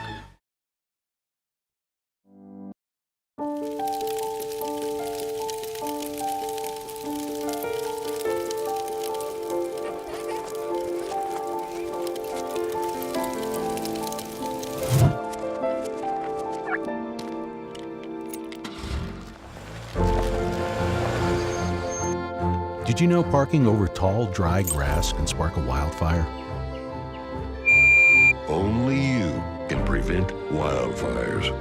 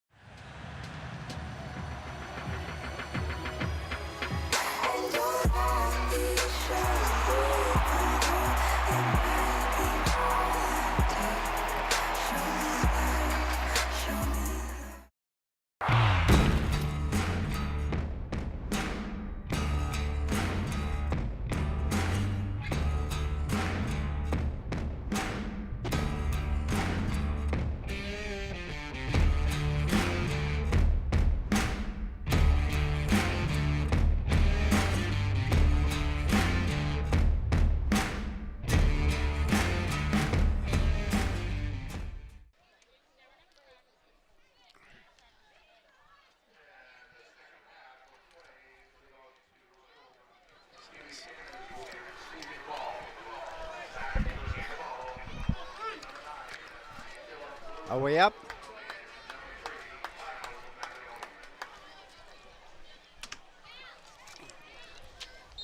Okay, Mike. Okay, Mike. So, Lou, here we are, starting the second half. Peabody receiving. They're down 20-6 and squandered two unbelievable scoring opportunities. The kick long to the 10-yard line. And that's Dylan Peluso, number 9, with a nice 15, 20-yard run back. Yeah, so the Peabody Taters get the ball in good field position. As far as being able to move the ball whatever they want, they're not buried in their own zone like the first half, but we'll see what happens now. They need 2 quick scores and they're back in the ball game. Yep, and interesting, they're using a 2-back set. They have Alex Danisco in at quarterback. They are out of the shotgun.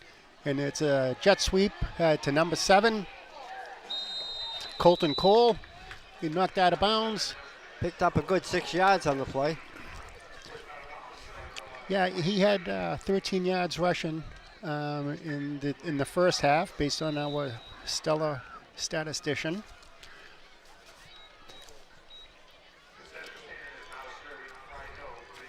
Matt... Alex Danisco is in the quarterback now. Had 48 yards rushing. And here they are. Again, a double back set. Motion. Again, jet sweep to the right. Colton Cole again. And he's going to get another 3 yards. He's going to get the first down, I believe. It's going to be like 3rd and 2. Yeah, about. He gets a good spot. 3rd and 1.5, about. Yeah, 2. Yep. Again, they're sticking with the younger quarterback, the sophomore quarterback. Now you got to take a real good look here. Peluso's down on the lower side of the field, and he's man to man. And look at that. There you go. There goes Angel. And that's a good 10, 20, 25-yard run. All right, down to the... And there's a flag. Angel Polino, I mean, he really impressed, that Somerville game, I'll tell you. Right. He had over 100 yards in that game, about 130 yards. And he earned those yards. I mean, he worked hard. See where they spot the ball now after the flag. Again,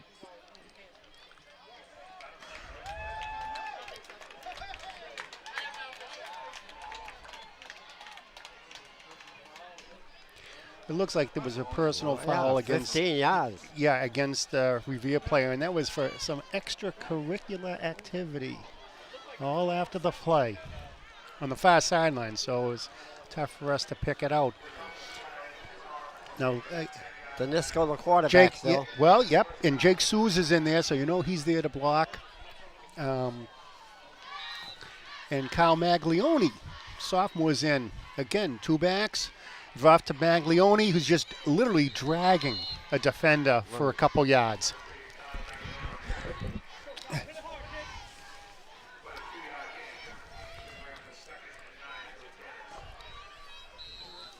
So let's see if the Tanners can move the ball. This is where they've had trouble, inside that 30, in the red zone. Yep. So the good thing about Maglione is his father's sitting right in front of us, and he'll soon make everyone forget about his father.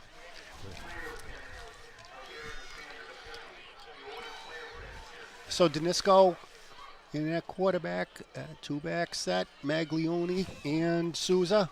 And that's the Souza, and he's not stopping. He's going to get a 3 or 4 yards, and here's another flag.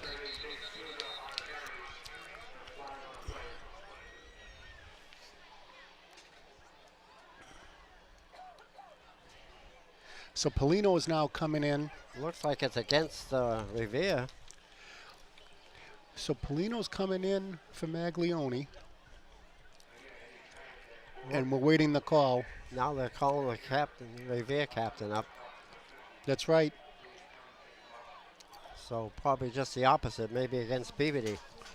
Well, during the break, I just want to report that Natalie Mega sent us a text saying that we're doing a pretty good job. So of the 20,000 subscribers in Peabody, we know at least one is watching.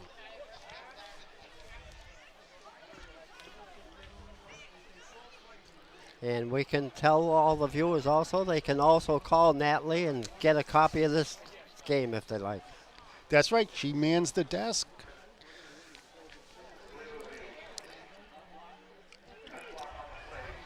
So a 15-yarder against Peabody now.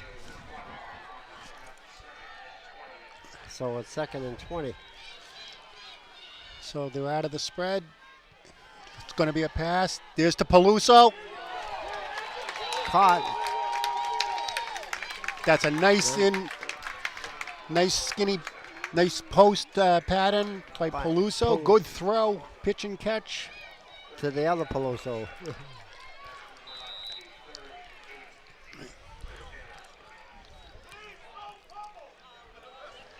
So it's now, 3rd down and 7. Louis Garides is back in. And again, he has Jake Souza as a blocking back next to Danisco out of the spread. And we got motion. It's going to be handoff. And great job by Louis. He fought for a couple yards. He's going to be a little bit short, maybe 2 yards short. So he's about 3 yards he has to go make up. So it'll be 4th down and 3. Now, Franco's coming in, number 82. J. Everett Ridley's coming in. Another big play for the Tanners now, right in the red zone. We're in the red zone again. You know, we've already had two real stellar opportunities squandered. So Kniff and Ridley to the left. It's up the middle to Angel, and it looks like he's not stopping. That kid is unbelievable. Yeah, down to he's the got the 5 yard first line. down. He definitely got the first down. Yeah, down to the 5 yard line, I believe. So we'll be first in goal on the 5. Good run, real good run. He had 27 yards on 5 carries in the first half.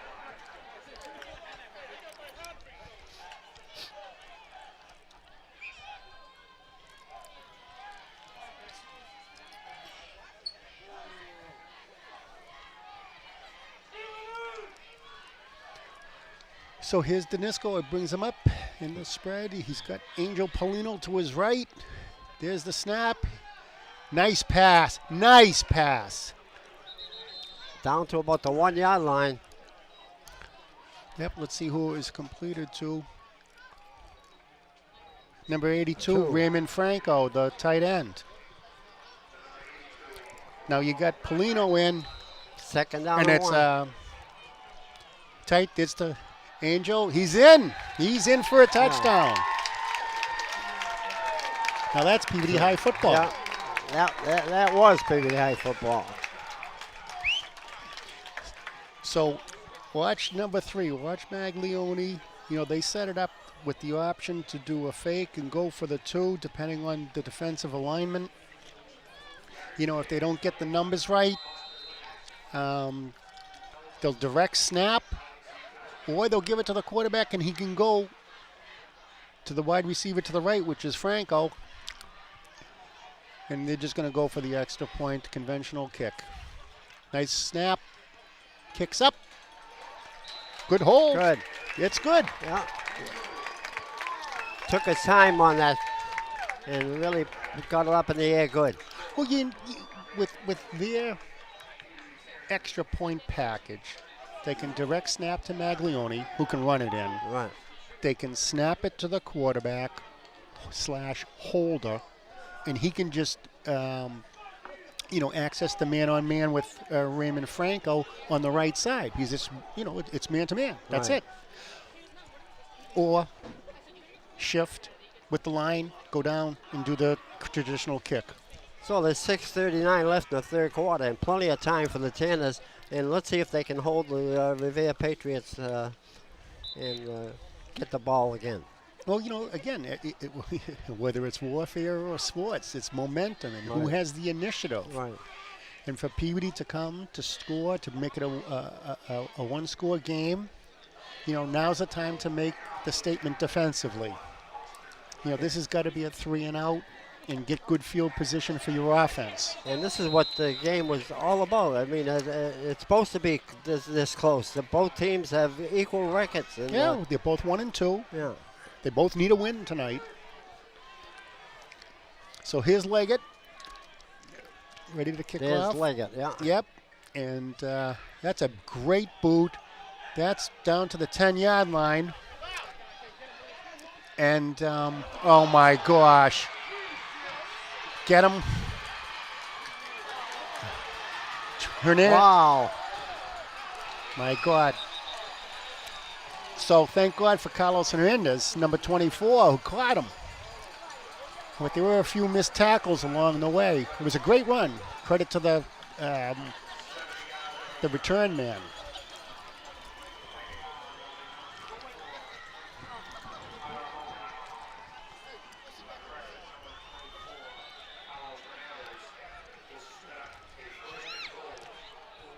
So Revere comes right back strong, and the Tanners are facing a big challenge once again. It's, they have such spurts of quality play, and it's off right tackle. Down to about the 1-yard line.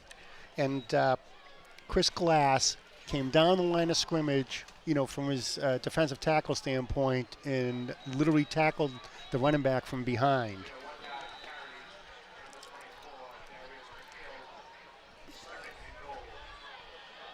That was McNeil running the ball carrier, number 24. Okay, quarterback sneak. And there's a scrum, and it looks like Peabody High pushed them back.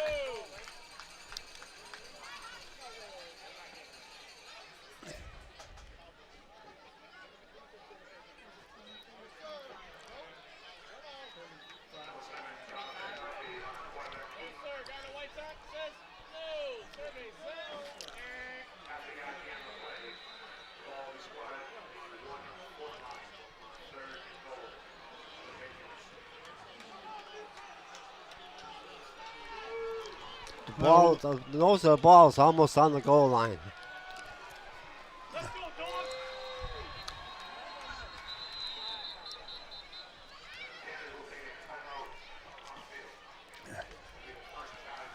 Revere takes a timeout. They didn't see something they didn't like out there.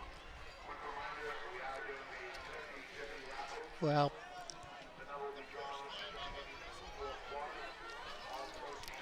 why don't you run through some of the statistics from the first half, Lou? Yards rushing. Peabody had 77 yards on passing, 4 for 8 for 77 yards, which that one long bomb. Yep. Did it for them. Well, you know, you have some success. You know, obviously that formation confused Revere. Right. So what you have to be thinking is you go back to it. Anyhow, quarterback sneak again. And I got to tell you, Peabody High looks like it stopped him. Oh, gee.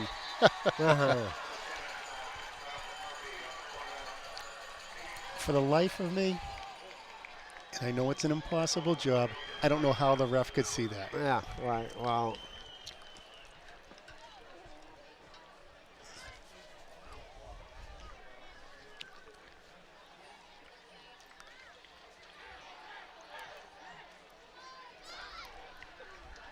so here we go. Nice snap this time. Kick up. Good.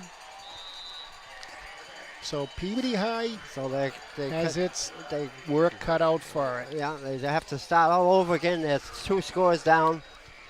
And it isn't something they can't do because there's plenty of time. Well, you know, going back, you know, to the discussion, you know, you're able to, thank you very much for those stats. You confuse them on a coverage. You come back to it. But you have to be 2 plays ahead of them. So what you want to do is you want to say, okay, you want to come back to it and challenge them and see if they don't get the coverage. But you have to have 2 more plays to assume that they'll make the adjustment correctly. They're going to be leaning towards thinking you're going to come back with that long pass, and you go on the other side of the field with a pass.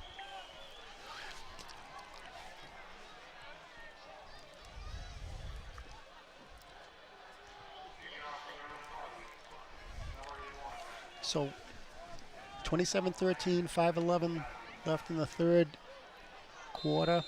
You have Maglione and Dylan Peluso back deep. This is a telling story right now. It all depends what they do with the ball. If they can move the ball again, they'll be in good shape. Okay, it's going to go to Peluso.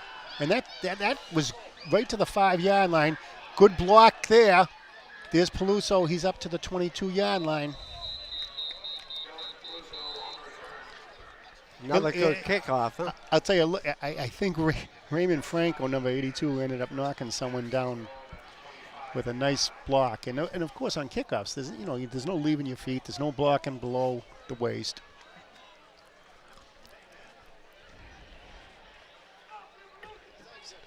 So Matt Giannassata is back in at quarterback.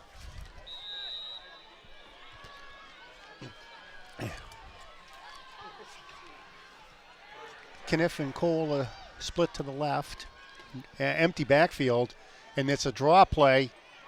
And Matt gets maybe back to the line of scrimmage. Yeah, he didn't fool anyone with that draw.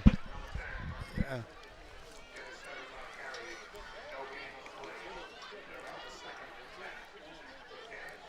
You don't want to put the team in a position where you have to pass on every down to try and get some points, you know? Well, you're in catch-up mode. Right. And that's not the ketchup on the hot dog that you spilled all over your notes. And the clock is not in your favor. So you have double slot to the right, empty backfield, slot to the left, and there's a blitz. Oh. Geez, I'll tell you, I thought it was going to be offside on the defense, and they were blitzing too. I thought it was going to be offside on them, but I saw the quarterback, he did move. So again, second and 15 from the 18-yard line. Peabody's down 27-13 with 4:12 left in the third quarter.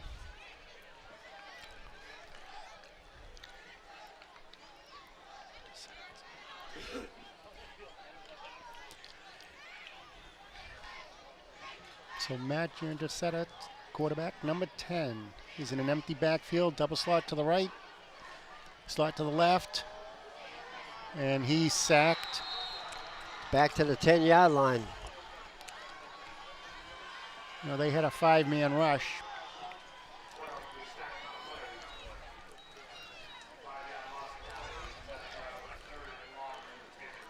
He didn't have much time to throw that ball if he did yet. No. So Maglioni's back in, and Alex Danisco, the sophomore quarterback's back in.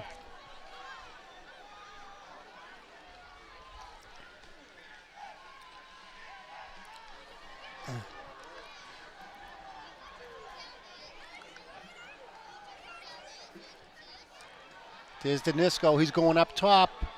That's the number 5. Brandon Kniff.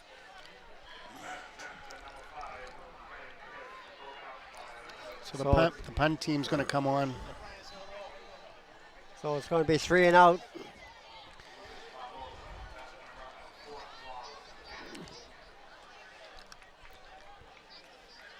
You know, you talk the run back by Revere, the fumble in the red zone on the kick receive.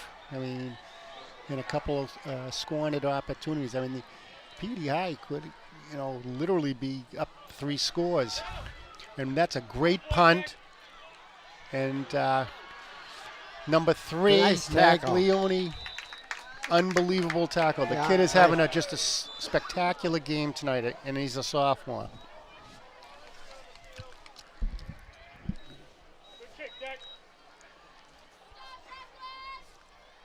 So there's another Revere player down.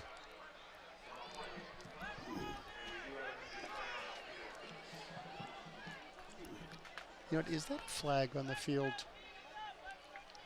Right at 35, far hash.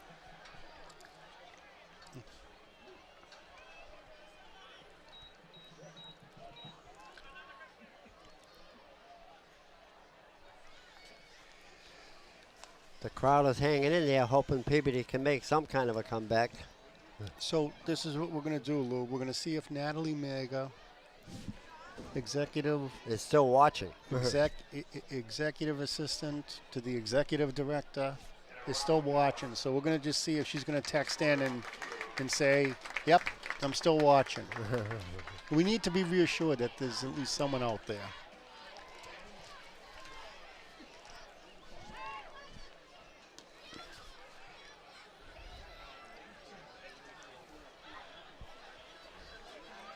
So the penalty is against Revere. Right. Back to the 50-yard line. But they end up with a 1st and 10 on the 50.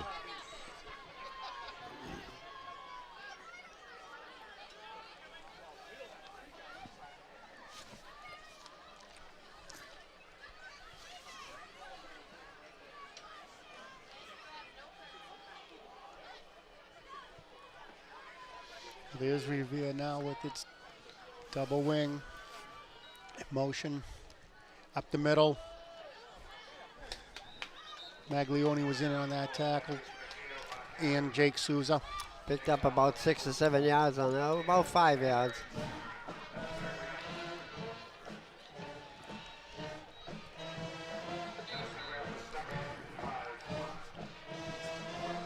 See, Revere's smart. You know, they're going to go into the huddle. They're going to run plays. Just keep the clock moving. Yep.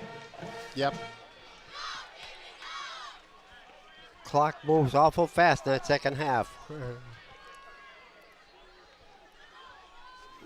Again, they're double wing under the center. Motion left. Toss sweep. About 5, 7, 10 yards.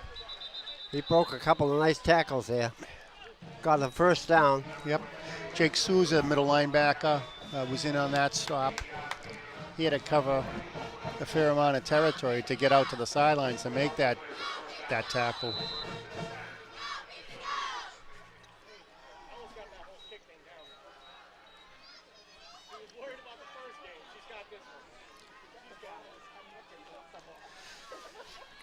I mean, when you get to this point in the game, from the time that the ref puts the ball down to the time you get out of the huddle and finish the next play, you can almost knock off 40 seconds to a full minute if you really take your time and work it out well. And it's a fumble. He jumped on the loose ball. Yeah, that was a busted exchange. So that's going to be a loss. Yeah, he lost about 6 yards on the play. So it'll be 2nd and 16.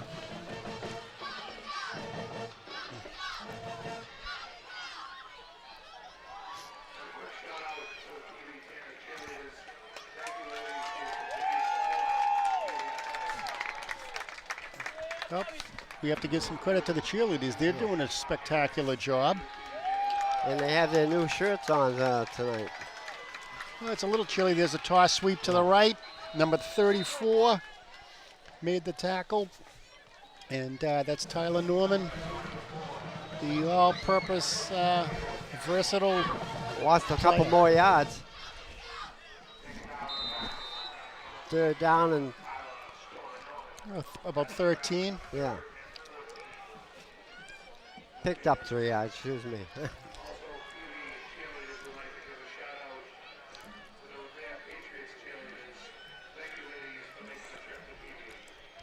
Big play here, need a stop. You know what? The quarter may run out.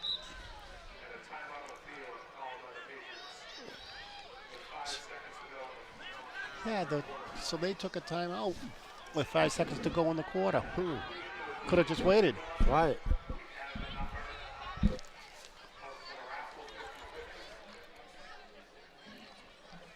So the Tanners will be starting the 2nd quarter needing 2 scores.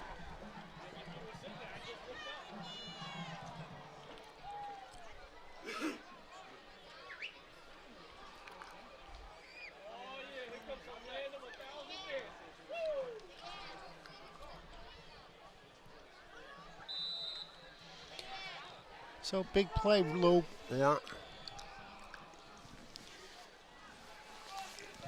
So Revere's in its double wing. There's a fake. Quarterback keep.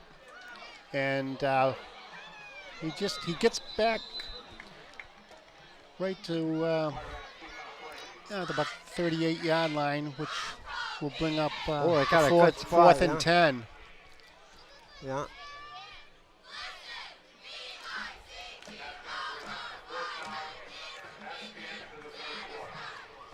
So that's the end of the 3rd quarter with the score of Revere 27. Revere 27, Peabody 13. Peabody started off the 2nd half strong. Offensive drive, converted a couple 4th downs. A long 3rd down, Angel Polino got the touchdown. However, Revere answered the next play, 70-yard kickoff. They're able to punch it in for the end zone. Peabody offensively, quarterback has no time to throw. A lot of sacks, a lot of hurries. Offensive line is being dominated in this quarter. However, Revere, they're really leaning on that running attack, running out the clock, being very aggressive. They're looking absolutely dominant. It's a very tough task for Peabody to come back in this game. Back to you guys up in the booth. Thanks for the report on the sideline. Okay, I hope they can come back. We'll see what happens because they're going to get the ball back. I think he has a career in this. I mean, you and I are going back to our everyday jobs. Right. You going down to the nursing home and just hanging out and reading the newspaper. All right, so Revere's going to punt. There's the kick. And it's by Maglione, who's getting to the outside, and he picks up about 10 yards. Yeah, it's going to be a 20-yard line. Yeah, he got it up to about the 24. Yeah. And so the Peabody has to move the ball quick now if they want to. So we got QB Matt and Angel Polino in.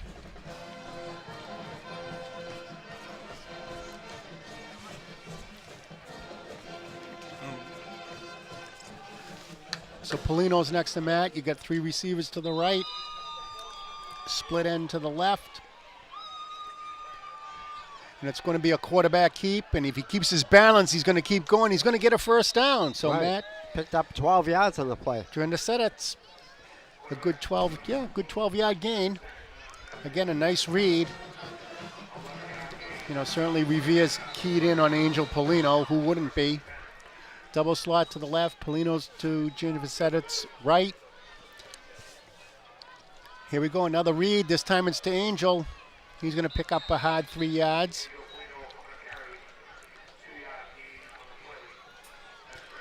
Again, no huddle. Single back set. 3 receivers down on the right side. It's a double slot. Jim Vassetitz again. Bubble screen. Here goes Terry in. He's going to go all the way. Turn on the Jets. Stay away from him. There goes Terry in. He's going to get down to the 1 yard line. Wow. What a nice run. Excellent call. Listen, they got to hurry up, get on the line of scrimmage.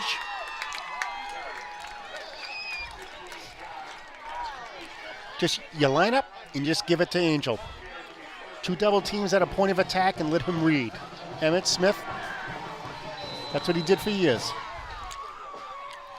Junior Vassettich is getting the snap from right to Angel Polino. There he is, right in. There we go.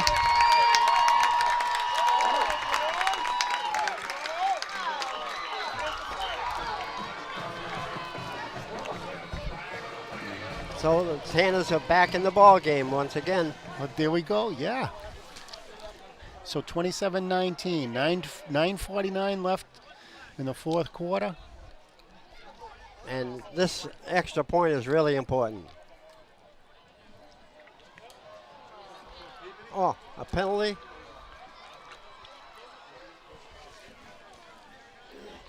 Penalty, wow.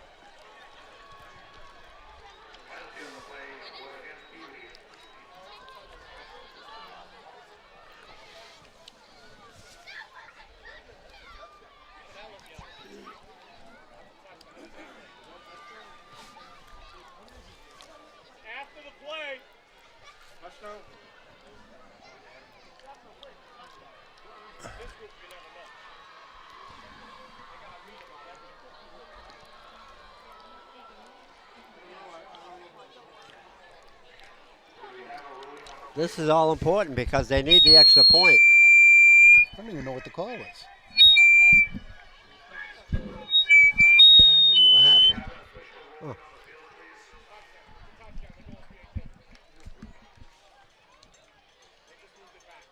Personal foul against Peabody.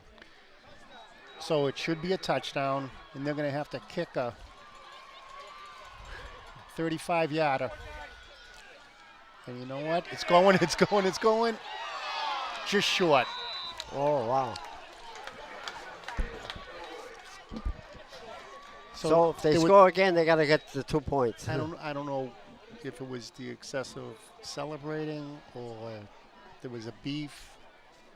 But, you know, we had a personal foul, and, you know, that made it a tough kick for anybody.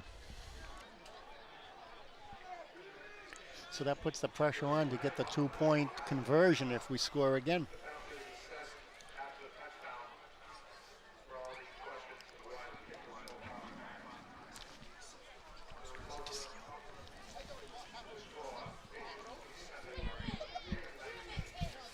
What do you need? Are you getting feedback? What's going on? This. You getting feedback like into the? Oh my Because God! I heard it in the truck. That's why I came up. My ear. I'm gonna be deaf after this. This needs to be fixed. So that needs to get turned down. It's not. Do you have your volume on here? Have you been messing with that?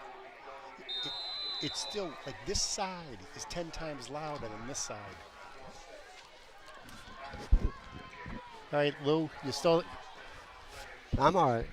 I'm trying to see what number is on yours. All right, there's the kick. It's a pooch kick. It's received by number 2, returning it.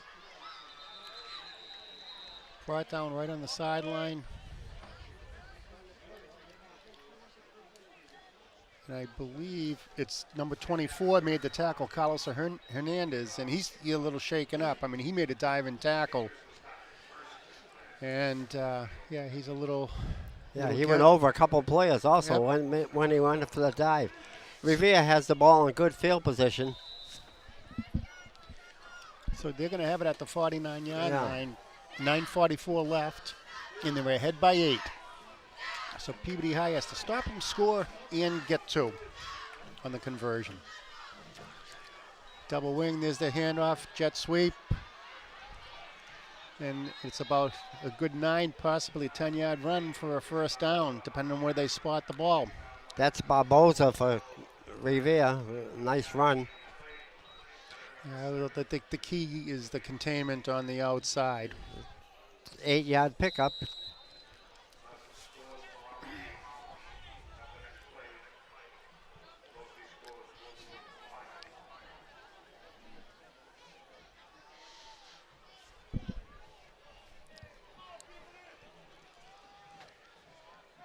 Well, I'm going to have to report Natalie Mega has not responded, so I think she must have turned it off. All right, here comes Revere, double wing, motion right. Again, handoff, jet sweep, and it's a great play by the defender. You know what it is? It's the linebacker, number 42, Josh Tanza, the senior. He dragged him down by the shirt. So it's a big 3rd down and 1 now. Maybe 2, yeah. We'll give him 2. It's a long one. A long one. A long one. Need a long stop. Revere has not made many mistakes tonight, I'll tell you. Oh, and they've capitalized on Peabody's mistakes. And here's the quarterback sneak. And it looks like the scrum, he's still going. This is unbelievable. You wonder how he got out of that pack. He almost got 9 yards on a quarterback sneak.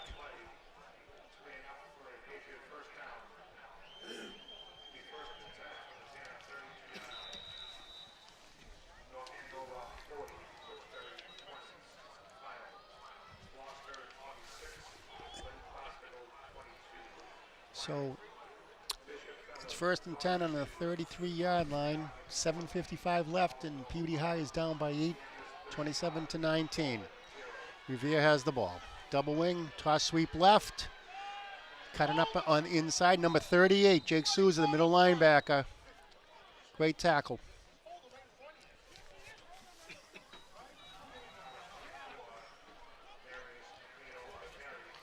So it's going to be 2nd and 6.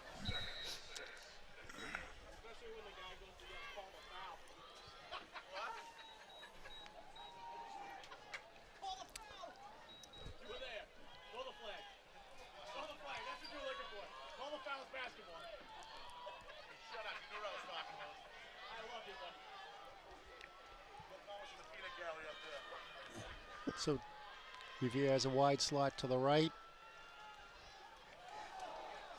Off tackle left. Joe Massamarino was in on that stop, along with Carlos Hernandez, number 24.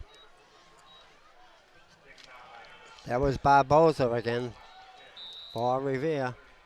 So it's going to be 3rd and 4 from the 31-yard line, and the clock is at 6:38 and moving. So we don't want Revere to get another score, then we'll be out of the ball game. Yeah. Big play right here, Lou. Double wing, slot right. There's the motion. Again, that's a trap Oh, play. that was a movement. Yep. Too many men moving that time. Well, that's one of the few mistakes Revere has made tonight.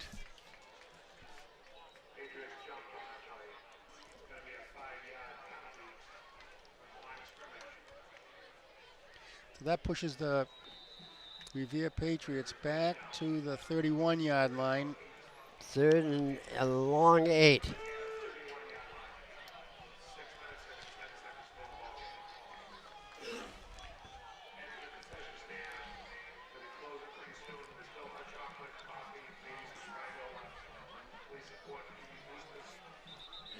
You know, it's funny when the quarterback's on the sidelines and the coach takes a long time to describe the play. It's usually the pass play. Right.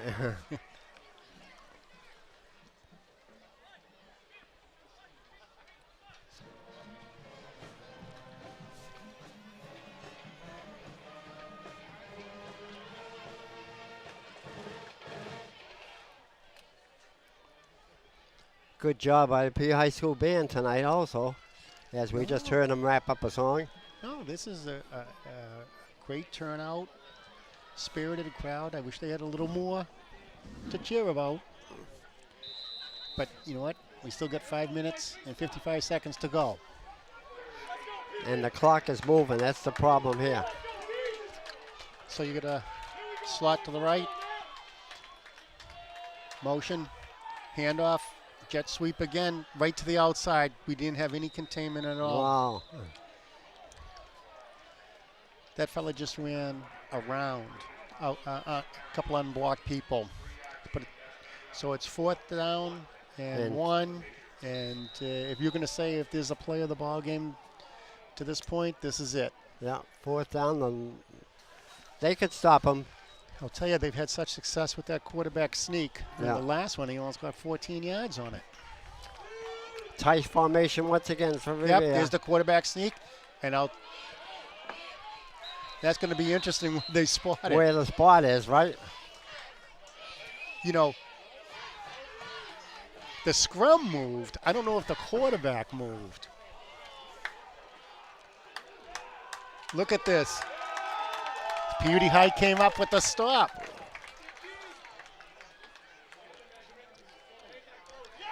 Yeah. Okay. Peabody 1st down. Oh, this is it now. Yeah. We got 5 minutes to get some points on the board. Okay. And, you know, 5 minutes is a long time. Okay, so they Matt can run a long Ginversetitz is back in at quarterback with Angel Polino in at halfback.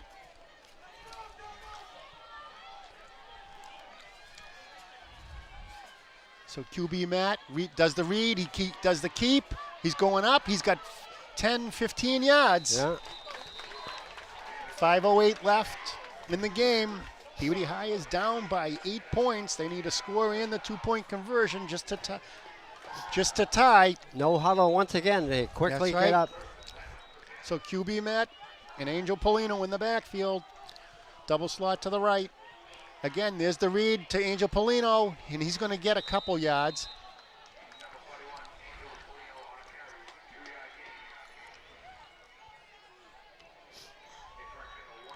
So you got Ridley, 11, and Declan Russell, number 22, in as wide receivers.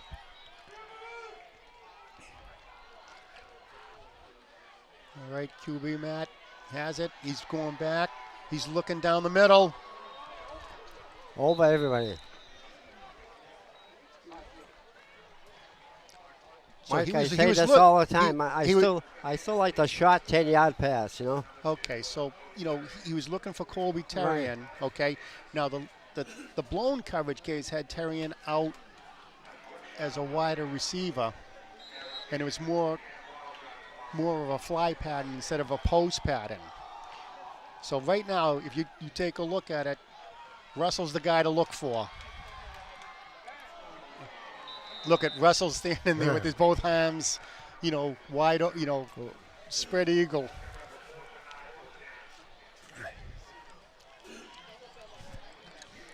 So this is the big gut check. Yeah. 4th and 9, and they're going to go for it. So Alex Danisco's in at quarterback.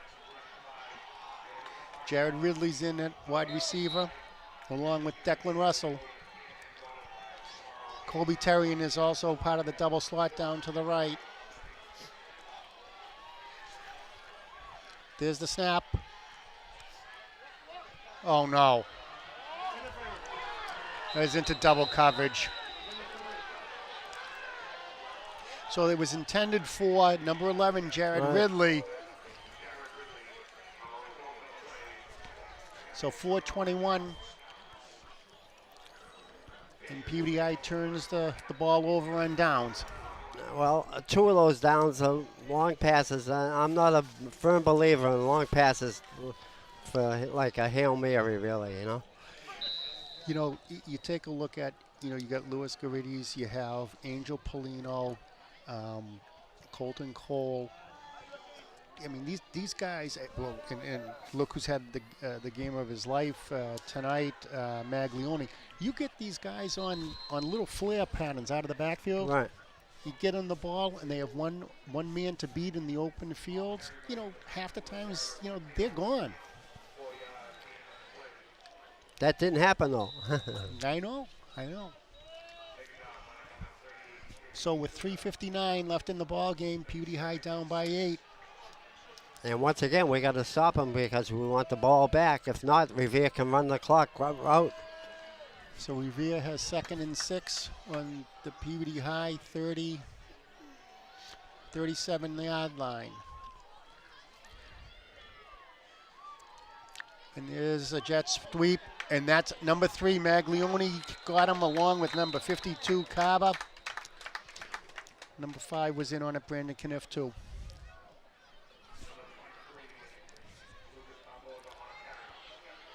So now it's 3rd down and 8.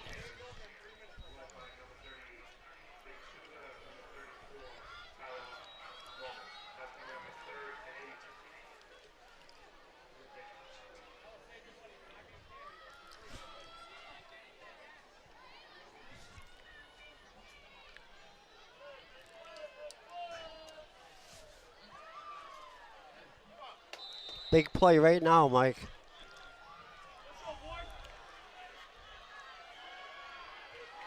Yeah, they got a 5-man defensive front. It's going to be a pass play. Going back, up deep. We're going to get an interception. Oh, that could have been offensive interference. It could have been off his back. So that's Dylan Peluso. I mean, he hasn't left the field tonight either. So great defensive play. 4th down. Now, what would you do, Mike? Would you punt to get Peabody buried down there? Or try a rush? I would kick it. Get him down to the 10-yard line or something. Here, I got to tell you something. I'd run one of those jet sweeps. It would chew up more time, and they've been, unfortunately, Revere's been very successful getting around the corner, getting to the outside. So you run the motion, you give them the direct handoff, and all right, they're passing. Good defensive play. Yeah. But again, Dylan Peluso. So they tested Dylan twice, and he came up big. And they were right in there on the quarterback, too. Okay. So the Tanners get another chance. And they have the ball in good field position. Okay, Matt Gendrivitis is in at quarterback with Angel Polino in the backfield. Ridley's in as a wide receiver. Declan Russell is in, split to the right. So there's QB Matt. There's the snap. Reads. He's out to the outside, 40, 45, 50. 45-40 and out of bounds with 3:11 left. Great run by.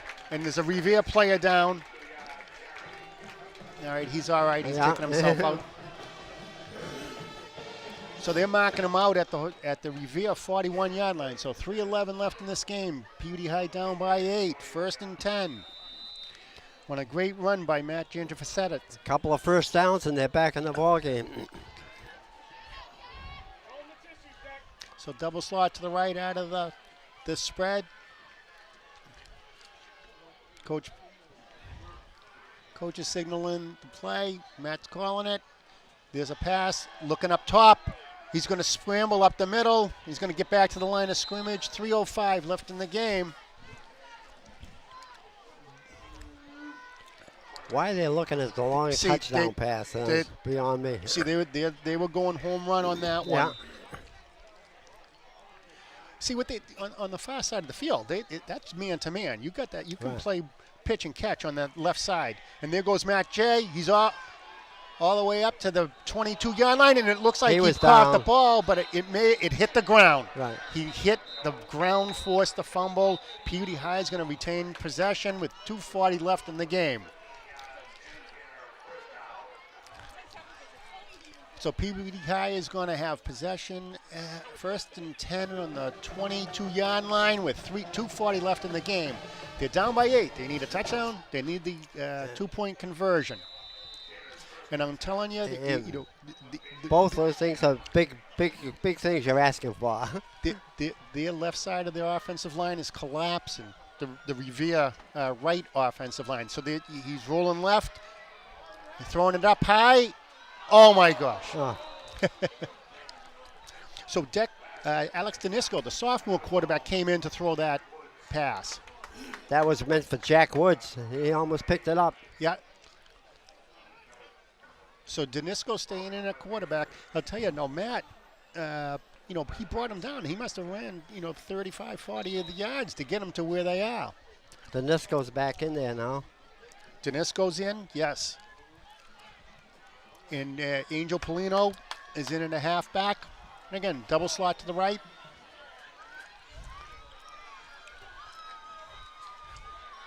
And they're looking to number 11. Oh, it was a great defensive play. So that was intended for Jared Ridley. See, literally when you have 3 receivers, 2 go long and you do a square out or a hook, and you get the guy for the 10-yard gain, and you pick away. You get a couple of short completions, then you go up top. Anyhow, it's easy to be up here in the booth saying this stuff. Right. But now it's 3rd down and 10. So 3rd and 10. You have Alex Danisco in at quarterback. Angel Polino is the halfback. He's set to the left. Out of the spread, double slot to the right. There's the snap. There's Danisco. He's got number 2. Kobe Terrian. it's too bad running took you all this way, and you go down and... Yeah. Well, that's been the story of the whole game, you know. Just about ifs. So here it is. 4th and 10. Peabody High has the ball on the Revere 22-yard line, down by 8, 2:12 left in the game. And this is it. This is the ball game right here.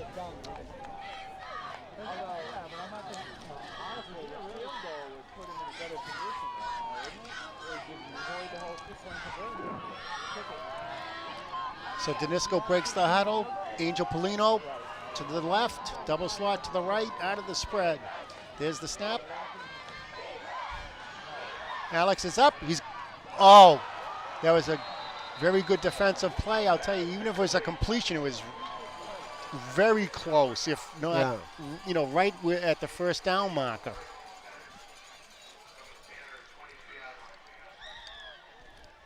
So there's 2 minutes left in the ball game, and the Revere takes over. What Peabody needs is to get that ball back. You got to strip it. You Right. got to strip it. Yep.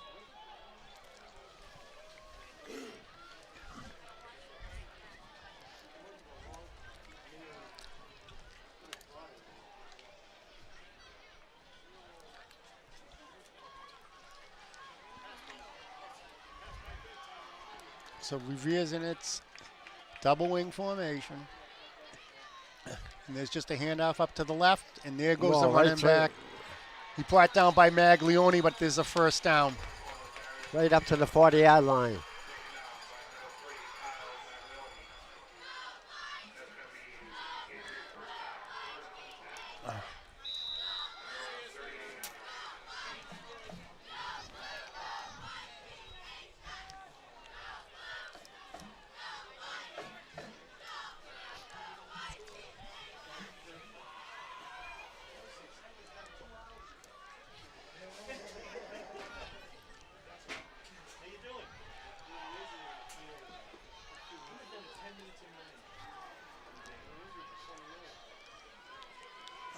All right, Lou, handoff off to the left side. Shot gain. Jake Souza, was one of the stoppers on that play. I think the Peabody has probably three timeouts left. They only They used just one took or one. two. They just took one. One. That first down on the Revere's first offensive play, that hurt.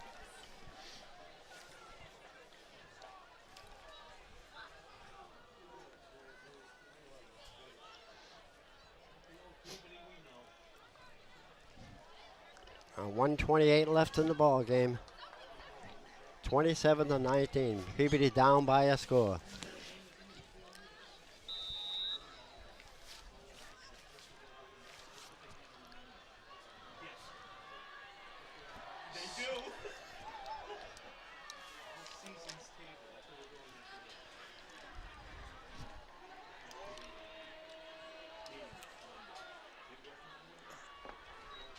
There's a fumble snap. Oh.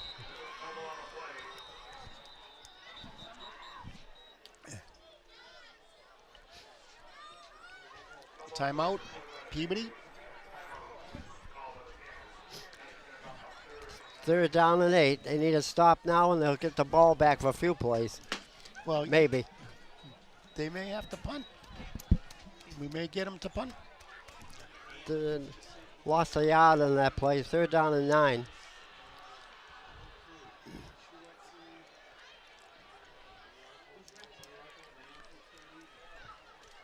All right. So they've only used this formation twice before. It's the bunch to the left. And you know what? It's funny. Oh. Look at that. I gave Peabody High got it. There's a fumble. Peabody High has recovered the ball. Lou, I have to tell you, you go bunched left, okay? And then they go right? And they toss sweep right, away from all the blockers. And he didn't catch the ball. Toss sweep away from all of your blockers. Now they got plenty of time. Okay, They don't have to throw it all the time. So here's Matt Gendrifsetta is back in with Polino. You watch. He's going to read and run left. They've been collapsing the Revere side. There it is, exactly. That's exactly what's going to happen. The thing is, he's got to get up, and they're going to go quick. And I have to tell you, number 58 pancakes someone. Eddie Collado. Again, there's the read. It's Angel Polino. Okay, they got to hurry up. They got to get it back in. So Peabody High is going to be on the 26-yard line. It's going to be 3rd and 3 with 55 seconds left in the game. They're down by 8, so they have to score, and they have to get the 2-point conversion. Keep your eye on the officials, see if they're out of timeouts. Yeah, I know 58 had one great block. He pancaked someone on the last play. I don't have a 58 on the program. Well, he's in the book right here. Eddie Collado, Sr. Wow. Unless my eyes are playing tricks on me, Lou.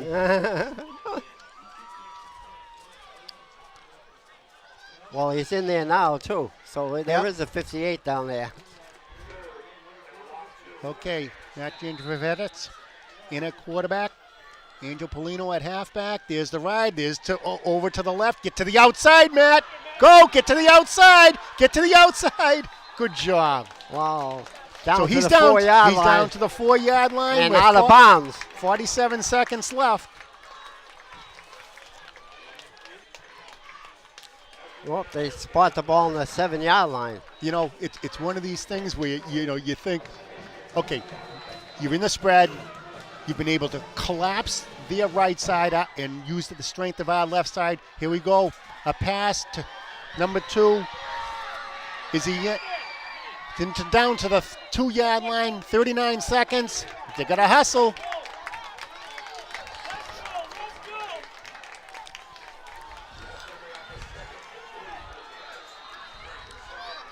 Gendrifsetta out of the spread to Angel Polino. Polino is in for a touchdown. Peabody High with 21 seconds left in the game. They scored. They bring it within one. Within two. So it's 27-25. And this is a big play now. Oh, boy. Okay.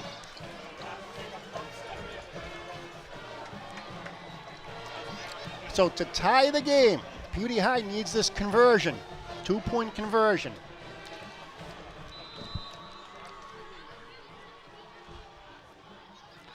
Janversetis has Polino to the left. It's out of the spread. Revere calls a timeout. Yep.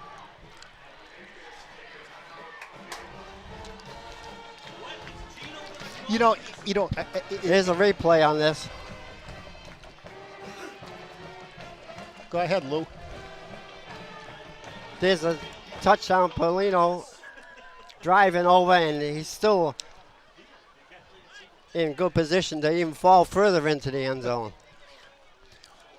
You know, with what Matt was doing out of the spread and faking to Polino to the right, but running left, you just wonder, why don't you just put Jake Souza in front of him and just run left and have an extra blocker?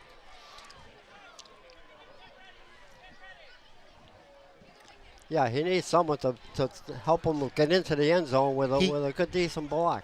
All he has to do is block one guy. Okay, so Janversetis is bringing him out. He's going to have Polino to the left.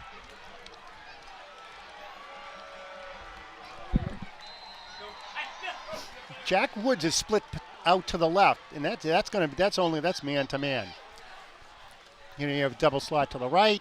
He's running it. There goes Matt Janversetis, and he's stuffed at the line of scrimmage. So Peabody High's going to have to do the onside kick, and hopefully they get the ball back.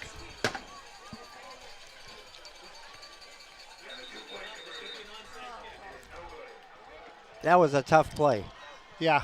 I thought they'd maybe try to do something a little bit different by going wide, you know, with all that tight formation there.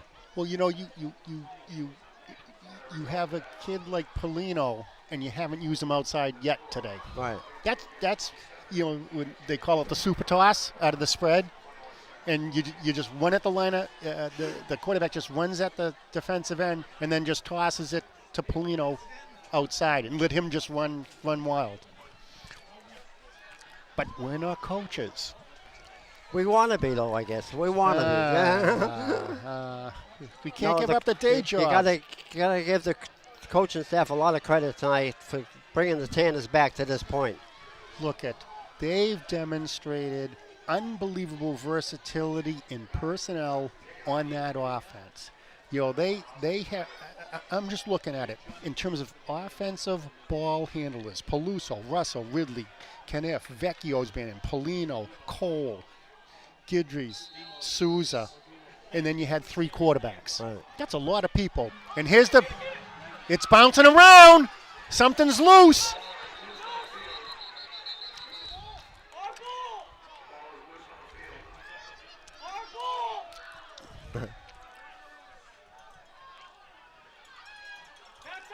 Peabody High is signaling they got it. And Peabody High has recovered it. Peabody High has recovered.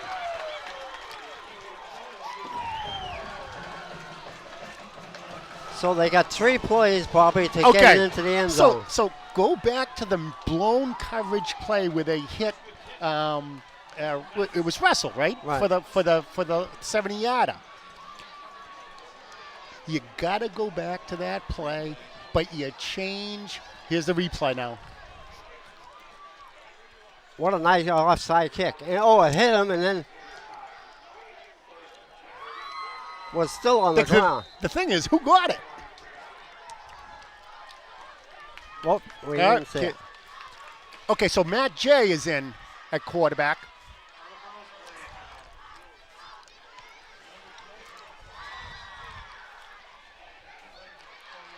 Woods is up to the right. Matt's dropping back. I don't know who he threw it to.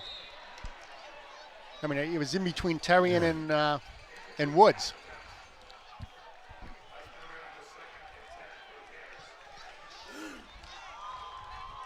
Russell and Ridley. Russell and Ridley are on the near side of the field. 14 seconds left. Yeah, 14 seconds. Maybe 2 plays. So Russell and Ridley are down below. Okay, here's Matt J. He's got a nice pass to the outside. Excellent job. That was Declan Russell. He got out of bounds right at the 30. They're going to mark it at the 36-yard line. To 10 seconds left. Yeah, they have a chance of 2 plays if they can get out of bounds. 2 plays if they get out of bounds. Right. Okay, there's Matt J. There's a 4-man rush. Bounced it. So it's 7 seconds. They still may be able to get 2. One short one and one to the end zone.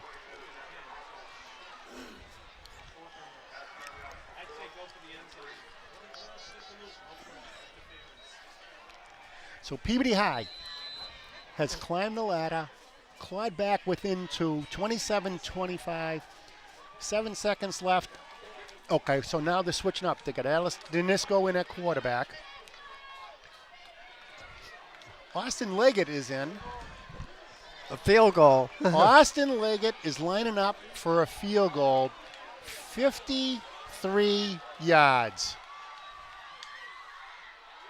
And don't even know what happened. It was blocked. I don't think they even got the ball teed up. And that's the end of the ball game. Yeah. So the final score, Revere 27, Peabody 25. Mike, how about some of your last comments? And I want to thank you very much for joining us this week, and I hope you come back again. Well, it was a pleasure to get back with you. I mean, we spent 7 years doing the St. John's games together, Lou. And during that time period, we had the Peabody High game. Right. Now we're gonna, and this is enjoyable, but we have the sideline commentary coming up. And we'll be back. Absolutely wild finish here. Revere 27, Peabody 25. Looks like both teams just gave the game away towards the end. Crazy finish that led to a field goal being blocked. However, Peabody, they came back, they battled back in this game. Just too many turnovers, too many penalties. Before the second half, they fumbled off a shotgun snap that led to no points. That could have been the difference in this game. And then at the end of the game, they get an onside kick. They get a couple passes down the field. They get the kick blocked. So it was just a really up and down performance. Give credit to Revere. They really hung in there. They really put the pressure on. However, when they had the pressure on, they fumbled off a toss sweep on a 4th and 3. Horrible play call. However, that didn't really come back to bite them as Peabody just could not put it away. So 27-25 Revere, and an absolutely wild one. Thanks for tuning in. Back to you guys in the booth. Let's see. All right, Mike, once again, I want to thank you very much, and hoping to see you again. And well, it was reminiscent. We got to do 2 Super Bowls during that period. Went to Gillette and saw the Prep beat Brockton. We might go down in history. Yeah, but don't forget our sponsors, DC Rentals and Lynn Ladder, for providing this the sponsorship, for this production. The people at Peabody Cable, Camille Bartlett, Natalie, Gus, Jim Palmer, and Josiah, and the whole crew. We got 9 people here today, and enjoyable night in a great venue, a venue that the city can be very proud of. So I want to thank everyone for watching, and this is Lucis Osmo for the rest of our crew. Thank you and good evening.